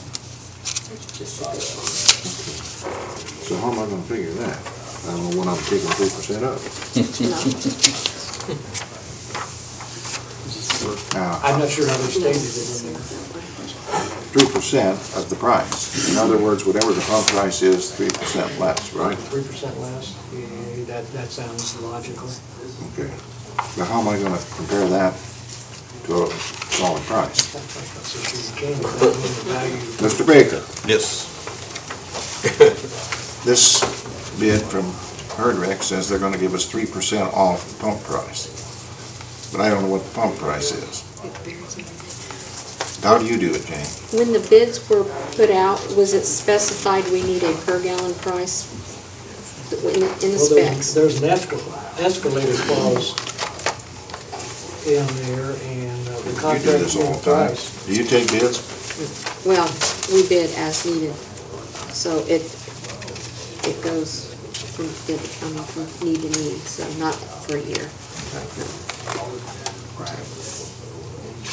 How was the first one that you read? First one was per gallon. Per It's gallon. number 4 in the They should have had a book. base bid Number on 4 in the book, John. this. All right. The bottom line That's down what, there. that's what my question is, Yeah. was it open-ended how they could present? You know, I thought that they were supposed to have a base bid based on the raise. That goes with that one. So 3% of that. If they were all bid on a percentage basis, it'd be simple, but one was price per gallon, one It was... should have been one or the other. We'll take it under advisement and do some research on it. Okay, now, here's Harvest Land, it's the same way, I mean, it's 2.892 per gallon, and diesel fuel 3.506 after all of our deductions. You think they just forgot to put that in? It's not in that They put a envelope, is it, Jane? No, it's, if they put a percentage under, Just 3%. they didn't put any per gallon. We They didn't put a per gallon. take the ones that bid and take 3% off. No, because it's 3% off the pump price, whatever it is. But Okay. it doesn't say that that excludes That's right. federal tax either, so I don't understand that. They surely knew it. I think they forgot to put a sheet in there. You've got, you want to speak back here? Mike Osborne, Harvest Land. Yes. Normally those are price per gallon, that's the reason we include our base. Are you Harvest Land? Yes. Yeah, we got yours price per gallon. You don't You're normally good. do it because your escalator and de-escalator cost goes up and down with the rack price, so it goes by your cost, not by your retail. Okay. But how can we take it when it just says 3%? Well, no, escalating and de-escalating, what you ask for, you have to do that with your cost, has nothing to do with retail price. It's based strictly on your cost that day. And I put my cost in what today would be, if it goes up 3 cents tomorrow, your price goes up 3 cents. I know, I understand that, It yeah. has nothing to do with retail whatsoever. So, but I can't understand the bid when it just says 3% off. I mean, I can't read that. Well, he said, I think the confusion is the pump price, and what does he mean when he says pump price? Is that today's pump price or tomorrow's pump price? Well, that's what he's saying, 3% off whatever the Whatever street the price pump is. But we don't know what that is, so I don't know. Yeah, and you Where can you see calculate that? on that escalating, de-escalating. I can't compare it to yours or to Speedway. Didn't have what? It didn't have a per gallon. No. Not at all. No. Just a percentage. Well, I only see a percentage. Need to get my age early. We just have to get with John, we'll figure it out, come back with it. I don't see how you could hardly take bids on the pump price. I don't. That's all they It says can do. rebate. We never have. We've done it just like he says. That's Yeah. what we've done. I'm not sure what that means. Where are we on here? Are we still on gas? No. What are we on now? The Chlorine. hydro, But I'm gonna see anything. that other one over there. See what you- Is that the hydrofluoric acid? Is that what puts fluoride in there? That's fluoride. Why does it say hydrofluoric acid? Easier to say. He did that to make me look dumb. That's a technical term. Yeah, but I could pronounce it pretty good. Let's do it, point Is eight. that, am I saying it right? Hydrofluoric acid? There's no T. I quit trying. It's Hydrofluoric. fluoride. I mean, well, I you're read them and I'm getting scared. more confused as it. No, we can compare these, I think, here just a minute. That was from Brentag. We only have two of those. These two you can compare. We only have two bids on that. Maverick. Four? Three. Three.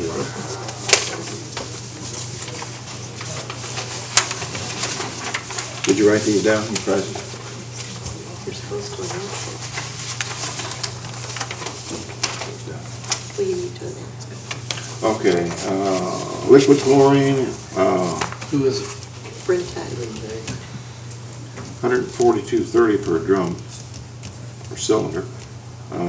Liquid chlorine, approximately 2,000 containers at $4,270.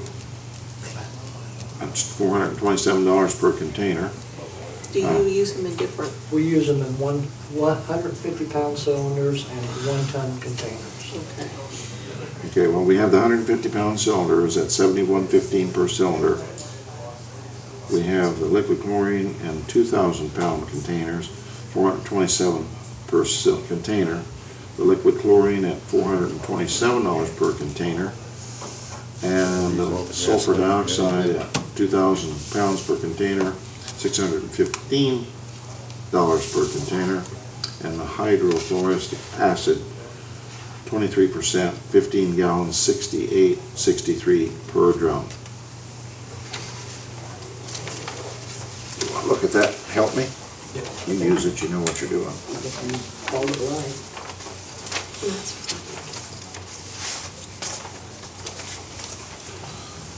Then from JCI, John's Chemical, we've got 150-pound containers of chlorine, $60 each. We have chlorine, and the unit is 2,000-pound container, and it's $421 each. And then we have sulfur dioxide, 2,000-pound container, $615 each. You write that down? I'll get it later. Okay.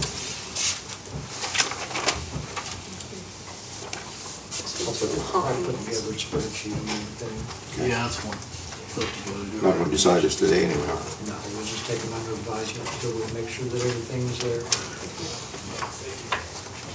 That's a new one, Bill. Hawkins Incorporated. Hawkins, and you heard of it. Hawkins Incorporated. Just when I think I know what I'm doing. This is price per pound. Oh, yeah, they do. This is going to be a doozy too. Well, Bill's gonna have to figure that out.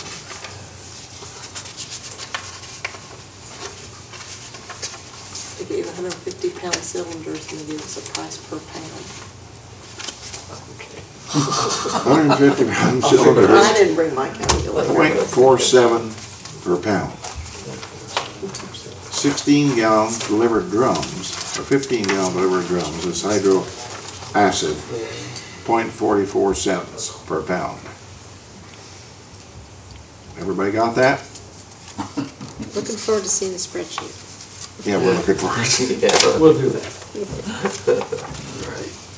Let's go with that. Goes in that folder. No, yeah, Yes. as long as we follow the law here on opening these, that's all that worries me. That's all? That's it. No more bids on This is the anything? chemical. We'll put a bid tab together and spreadsheet.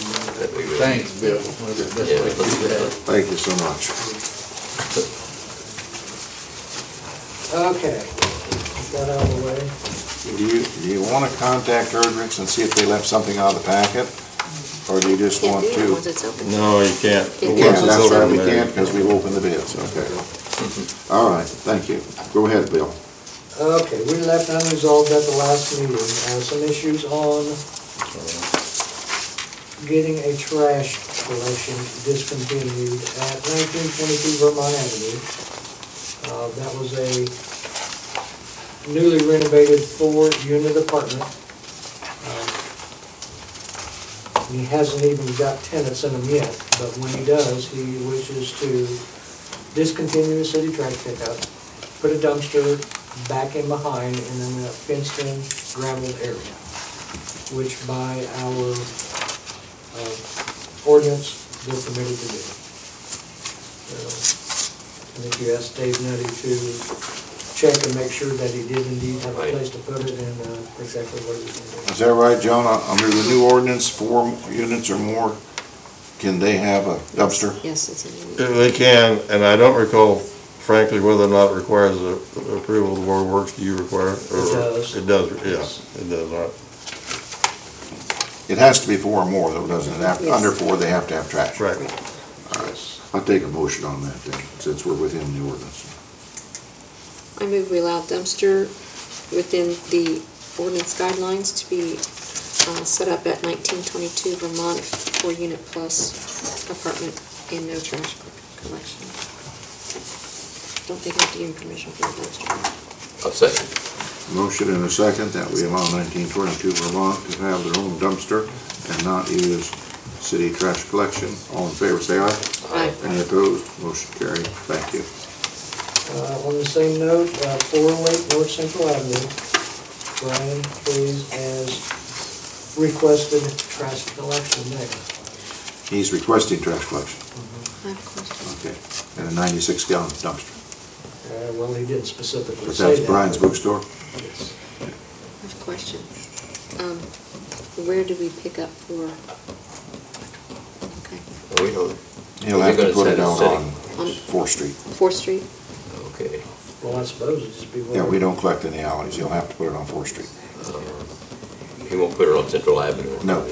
Okay, and I never see the trash trucks on Central Avenue in the business district, so, If he wasn't that close to 4th Street, we couldn't do it. okay. That's up to the Board of Works, whether they want to get permission for trash pickup in a small business like that. We do several beauty shops, we do some barber shops, we do some small business, offices, dentist shop.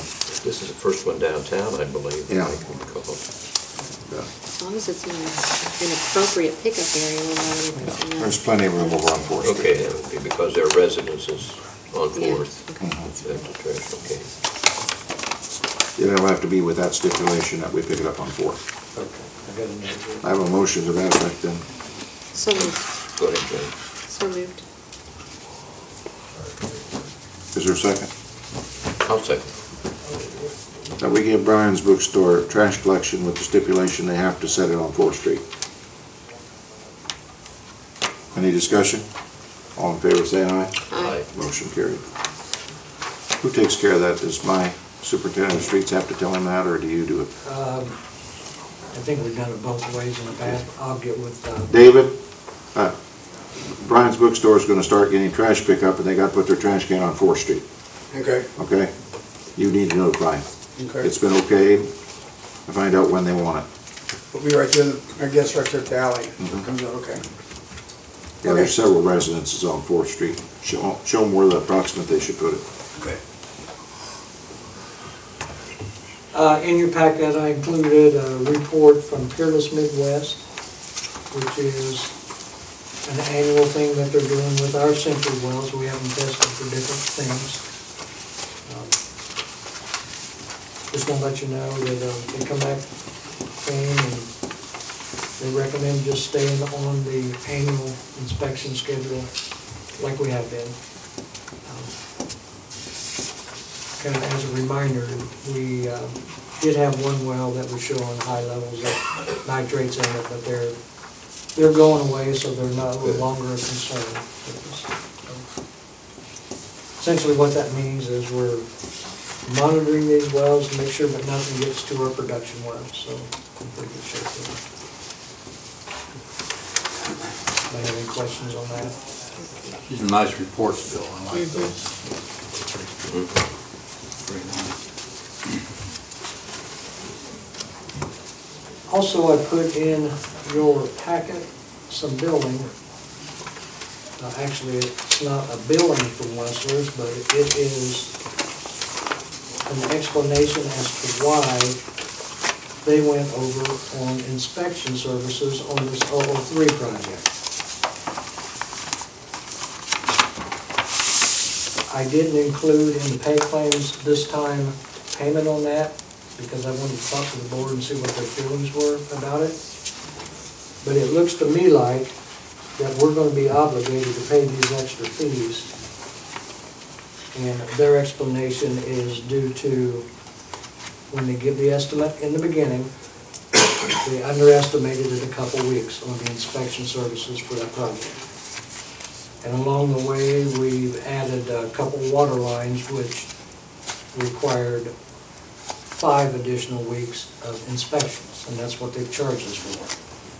When we originally signed the agreement, there was not a not-to-exceed number in that agreement.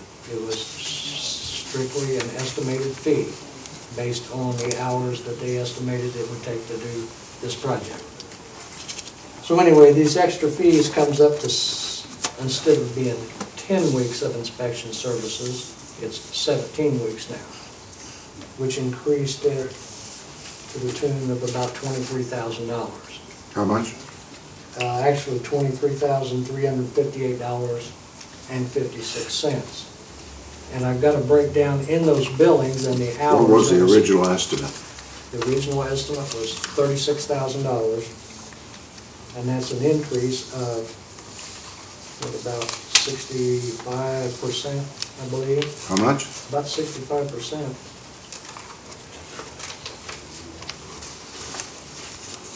I asked you to get itemized billing for that, and you said you had it. How much was just due to the water line? I didn't break it out quite. I need it broke out. We've got the dates and stuff. I'd like for that to be tabled till the next Board of Works.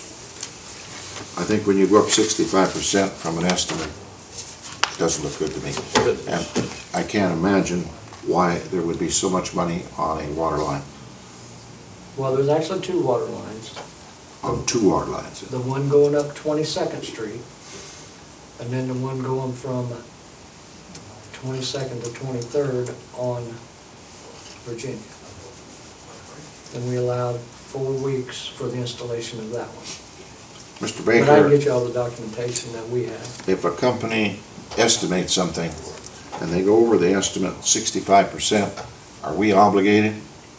Well, that's not that easily answered. I'd have to get into a lot more detail regarding the contract language and various other matters to determine, to answer that question for you.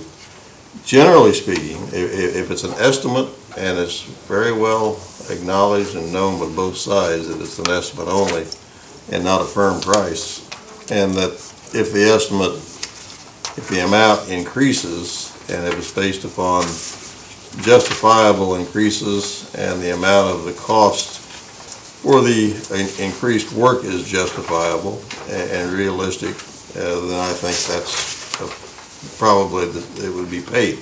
On the other hand, if those things don't come together, then the question would... Well, the entire job was $36,000, and you got the screw up, $23,358. Yeah. I want it investigated. Anybody agree with me? I agree. I like to state, yeah, there was additional weeks, but they are here. They're already here at the project. You see, it's not like they've got to pull somebody off of a project and come back in. So whether we pay them for the extra weeks or not, there should be some kind of a discounted rate because they are here. Does that make sense? I mean, it does, to me. Yeah. Does that make sense to you, Mayor? I mean, it's Now, not like did it they've take got to... 4 weeks to put them 2 water lines in? Yeah, a little more than that, actually. Working on it every day? Well, it wasn't just the water lines, it was the services and, you know, just everything. I mean, it's time consuming. And we can't have a project like that go on without inspection services. I want you to do I want you to bring some answers in and some itemized prices. I want you to send this to IDAM and show them what it was and see how much of it. And I know it's our money, but I still want them to look at it and send it back and tell me that we're going to pay $23,000 for extras when the whole bill was $36,000 for the project. What are these other figures in here, in this final paragraph? There's 61,200 and 59,358. What? Okay, those, yeah, those are handwritten in there. No, they're No, not. That's a bottom That's paragraph. It's a bottom paragraph on this Oh, new project CP memorandum. project. There's, well, you know, they're explaining that instead of being the 10 weeks that they estimated in the beginning, they actually ended up using 17 weeks worth of inspection on that. So if you take the $90,000 or the $90 an hour, which is what they charge per hour for the inspection services at 17 weeks, 40 hours a week, it actually comes up to a new estimated fee at $61,200. Right now, they have billed us for inspection services just under that, which is $59,358.56, which is actually 7 weeks over their estimate. Where's it, 23,358? That's the That's what makes up that That's the 59,000. difference in. That's the additional increase. See, they're saying to us, if they estimate it now, they would estimate it at 61,200. Okay. But they actually, we think we owe them 59,000 something. If it was 90,000, we'd owe them 89,000. You can count on that. When it says the project is substantially complete, does that mean there could be an addition to that 59,000? No, it's set for substantially complete means that it's finished. It doesn't There's say a few totally small complete. punch list items to But complete. there's no charge for this? Well, we're still holding back fees from the contractor for that. Was any of this because of what we found under Virginia Avenue? Was that the water line we had to replace because we didn't foresee? I think a little bit of it was, not all of it. I think the biggest majority of it was making the decision to replace that water line going up Virginia Avenue. Which the decision should have been made prior to the project ever started. But we didn't know about it until we dug it up, right? Well, because our engineering firm didn't give us good information. Certainly, they knew that was under there, and certainly they knew that it wasn't gonna hold up when we dug underneath it. This is the second time this has happened. Actually, on that water line, we did know it was there. We thought it was an 8-inch. It ended up being a 4-inch transite. That's why we replaced it. Why didn't they check it? Why don't they test it before they design it? That's what we had on our prints. That's what our prints showed. And I can guarantee you, you go to 10 sets of prints and 5 of them's gonna be wrong. Well, we paid them huge fees. What was the design fee for this? I can't remember what it was. Tell you right now. $44,000. Engineering services was a total of $66,000. The design phase was $44,000.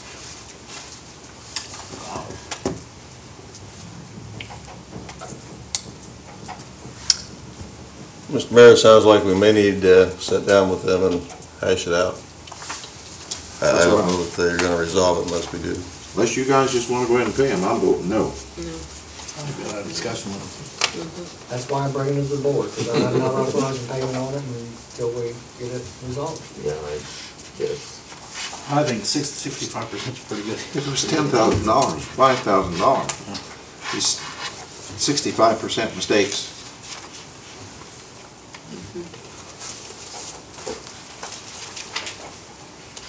I make a motion, we table it until we can get further information. Second. Any further discussion? All in favor, say aye. Aye. Any opposed? Motion carried. I have a question mark this Go ahead.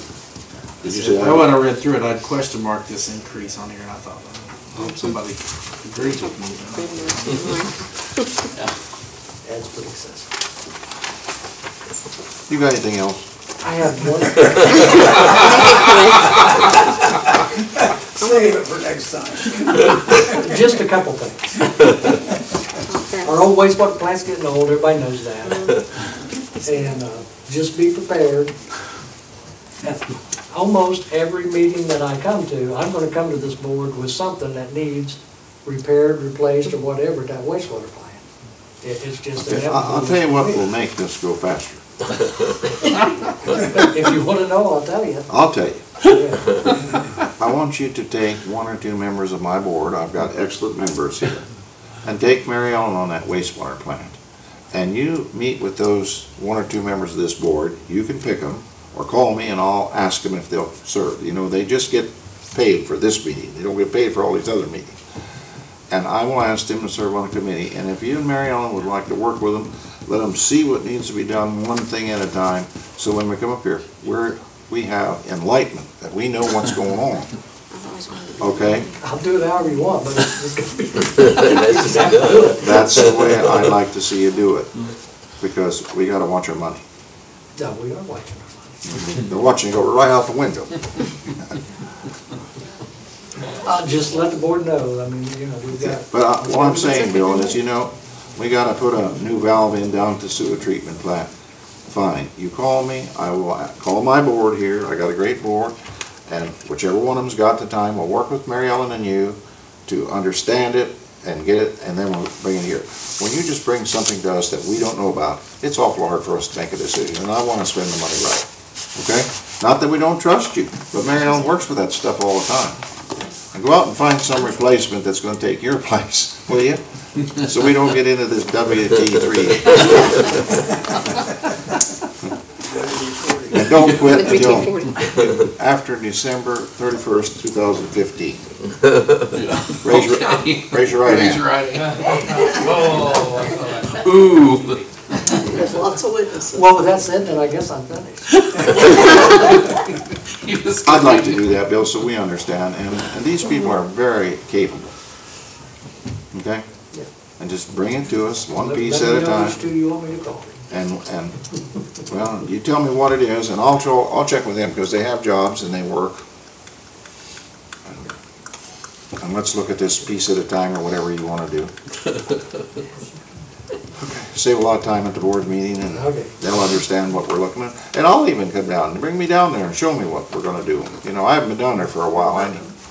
I know, I just busy up here. I go to the street department the first day, the park, and now I add that to my schedule. Well, it's because you've never had to worry about us before. I know. Because we take care of things. That's a good point. But we're 40 years old and we need some. Maybe we should, all of us come down. Maybe you should. You know, that really wouldn't be a bad idea, just to take a quick tour of it. Oh, we'd have to do it of an evening, because As long as it's after 8:30 in the morning, I'm pretty good. Jan works, and, well, he's You got a can come down and business. shit, that's fine. I'll work it out. But I'll work it out. it gets dark at 5 o'clock, so. Can we wait till after Christmas? Will it last till after Christmas? Put another Band-Aid on it. Let's hope. Okay. After Christmas, we'll all come down and look at your plan, okay? All right, you're more than welcome. Okay. Sounds like a day. Anything else, Mr. Chairman? Not unless you have something. Claims. She's got her with us. What did I miss? Oh, I'm sorry. We had 3 bids on furnaces. Mr. Brown, will you come forward? When you were here on Cold Iron bid on this, we don't know who he is, but he bid on this. That's right. He has a lifetime warranty on his heat exchanger. Yours said Right. 20 year. Well, that's because that furnace being put in a commercial building drops it to 20 years. I don't know if that's what Trane does or not, but I brought you the paper to show you. Normally, it's a limited lifetime warranty on a heat exchanger, which is what yours said. But when you put it into a commercial building, it's supposed to drop to 20 years. Is there 2 pipes? Does it draw It's cold air sealed from the combustion. outside for ignition, or for combustion, and pumps the other out? Correct. Okay, those are the answers that are questions we had. There you go. Good. Any other questions for Mr. Brown?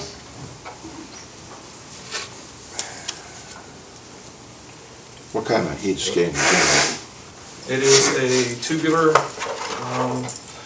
think it's the aluminized primary with the stainless steel secondary heat exchangers.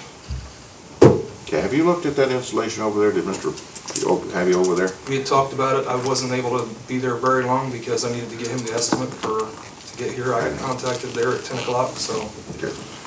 But they informed me that there was a lot of blown-in insulation in the attic. There was the wrap on the inside of the building because we was looking at the metal on the exterior. So we really I didn't have a whole lot of time. You got one in stock and you're ready to put it in? Yep, we can do it tomorrow. Is the difference between 90,000 BTU and 115,000 that much difference? It's $200 difference in the price. on that size of building, is what, does that make a difference? Well, the one that was in there was 125,000 BTU. Okay. That's what's in there now. And if you're saying it's had a cracked heat exchanger, by my size calculations that I could do just in the short time I was there, the furnace was well oversized for the furnace. And if you oversize one, you can't get rid of the heat. You'll cause excessive heat in the heat exchanger, and that's where you get the cracks from. I see. So, I mean, dropping it down, I estimated just roughly, without knowing the full insulation value of the walls, that 90 to 100,000 was going to be adequate enough for that job. But I gave them 2 quotes because I wasn't for sure. I didn't have a whole lot of time to figure up everything for it. Okay. So that way I just gave them because I didn't know what I was competing against. Like I said, the 125,000 was what was in that. So you bid 115 and 190. And 90, yes. You bid a... The straight 100,000. Right. And What do you think it takes over there? Or either one of them's gonna work fine. It is oversized for what it's doing. It is It's in that definitely area. oversized for what it's doing. It's the office, break room, Office, break room. bathrooms. Yeah, some bathroom. I don't think it had the offices. There was another furnace for the offices. There's It was a- break room, it's part of that. bathrooms. Bonnie's cold, I know that. Well, she's got one of those Yeah, EV she's lights got it. in her office. yeah. Okay, we need to make a decision so we get a furnace in there, guys. I need you guys to move forward here. But I'm gonna lay out this one, but it's fine. Whatever you decide to do is fine. No problem. Well, I've often gone with the lowest bid in making our decisions if their units are comparable. I need a motion. I'll make a motion that we award rounds 2196. The 90,000 units? Yes, for the 90,000 unit street department. Is it? You'll be fine. Okay. You think 90,000 will heat it fine? In my estimate, without seeing the insulation, yeah. They was talking about the insulation in the attic and the insulation of the walls, and if it's what they're saying it is, it should be fine. I would say that's well insulated because that was public service building. Surely they insulated the tar out of it. Well, I think it's the air of the building. You know, back then, when they insulated, it was fine, but by today's standards, it's Yeah. probably a little lax, but that's, yeah. All right, did you make a motion? Yes, I made. Did I have a second? I'll second.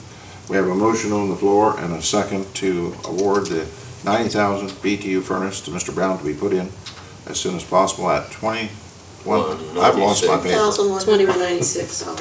Read it one more time. $2,196. Any further discussion? All in favor, say aye. Aye. Any opposed? Motion carried. Did you vote? You didn't vote. I didn't vote. You could have voted since you voted against yourself. Okay, I'll vote, it's fine. It makes it hard when a good citizen serves on a board like this. And he It's gets fine, involved. it's fine. And I don't want him to be mistreated because he's on here, nor do we favor him because he is. We try to do what's best and spread the business all over the city. It's fine, I have no problem with it. Well, the lowest bid is what we usually look at if they're comparable. So go get it and get her in there. Bonnie's cold. Actually, that's the shop. Okay. Okay. Claims. Have I missed anything else? Probably, but I don't know. I have a question on Wabash Scientific. They're doing an annexation study for us. Where does that stand? Can you give me an update? He called me back and asked me if we wanted to pursue annexing the soccer field and that area all the way to the highway to the church. I came to the city council. They said, yes, move ahead, so I told them to move forward. That's what that Okay, well, is. He's got a bill in here. I was wondering. That's for work that he's done Oh, really? last year that we had never been Okay, billed so for. We are going ahead with that, right? That's what the we council were, said to yeah. do. Okay.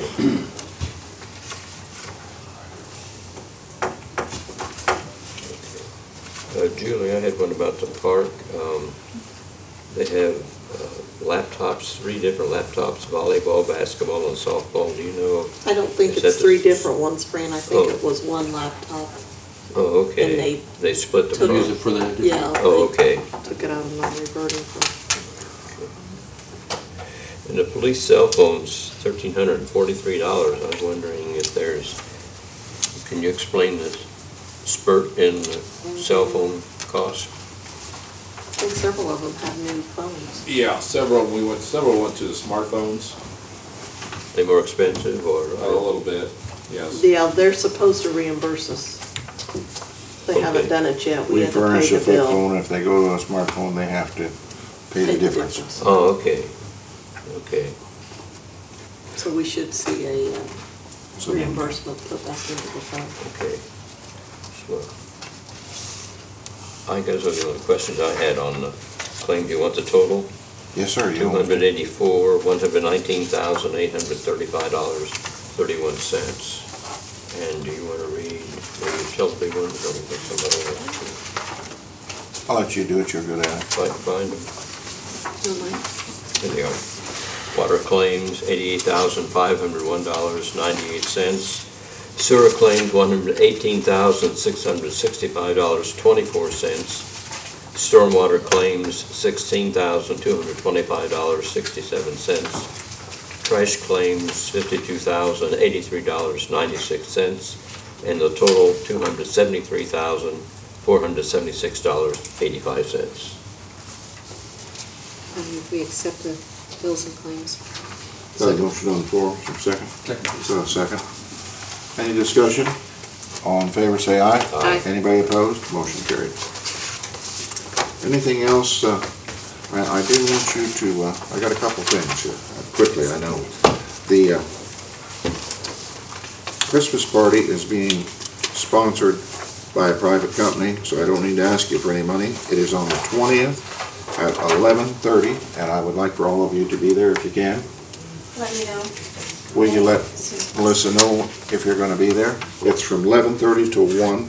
I need authorization to allow all of our employees to leave their job from 11:30 to 1 and attend this Christmas party. And the authorization says that if they don't attend the Christmas party, they have to follow their regular scheduled lunch period and work. We can have no ghost employment. But you can give them permission to take time during work and have a party. So I need that permission right now. In the form of a motion? Yes. I would, so move, let's leave that, The motion states that we're authorizing all employees of the city, including utilities, to take an hour and a half lunch that day to come to the Christmas dinner at the Miller Building. If they don't attend the Christmas party, they have to take their lunch and work regular. They can't just go home and take an hour and a half off. That's State Board of Accounts. No ghost employment. I'll make that motion. I'll second that motion. Okay. Any discussion? All in favor, say aye. Aye. Motion carried. So I encourage you all to come. It'll be a lovely dinner. Who polices this if they don't? Huh? I wonder who polices this. Well, first year I was mayor, I did a little thing like this, and I got in big trouble because I allowed people to be off, and the Board of Works didn't approve it. If the Board of Works approves the employees to be off, they can be off. Okay. But if the mayor says they can be off and it isn't approved by this board, it's ghost employment. We don't want you going to jail, so I guess. I don't either. We'll do it. I'll take a motion. You want me to go to jail? Yeah, I think so. It's okay with you, isn't it? I'm not taking you to jail. Chicken. Yes, the job. I want you to adjourn. I'm waiting for a motion, that's all. I didn't prolong this meeting. I thought Ron made a motion, didn't you? Yeah, I made that Yeah, motion. Where's the second? James seconded. James seconded. All in favor, say aye. Aye. Any opposed? Unless you are, you didn't vote, I don't think, did you? I'm too tired of it. Now, Yes, if you meeting could have adjourned. got, if you, Melissa, thank you. over. If you could have got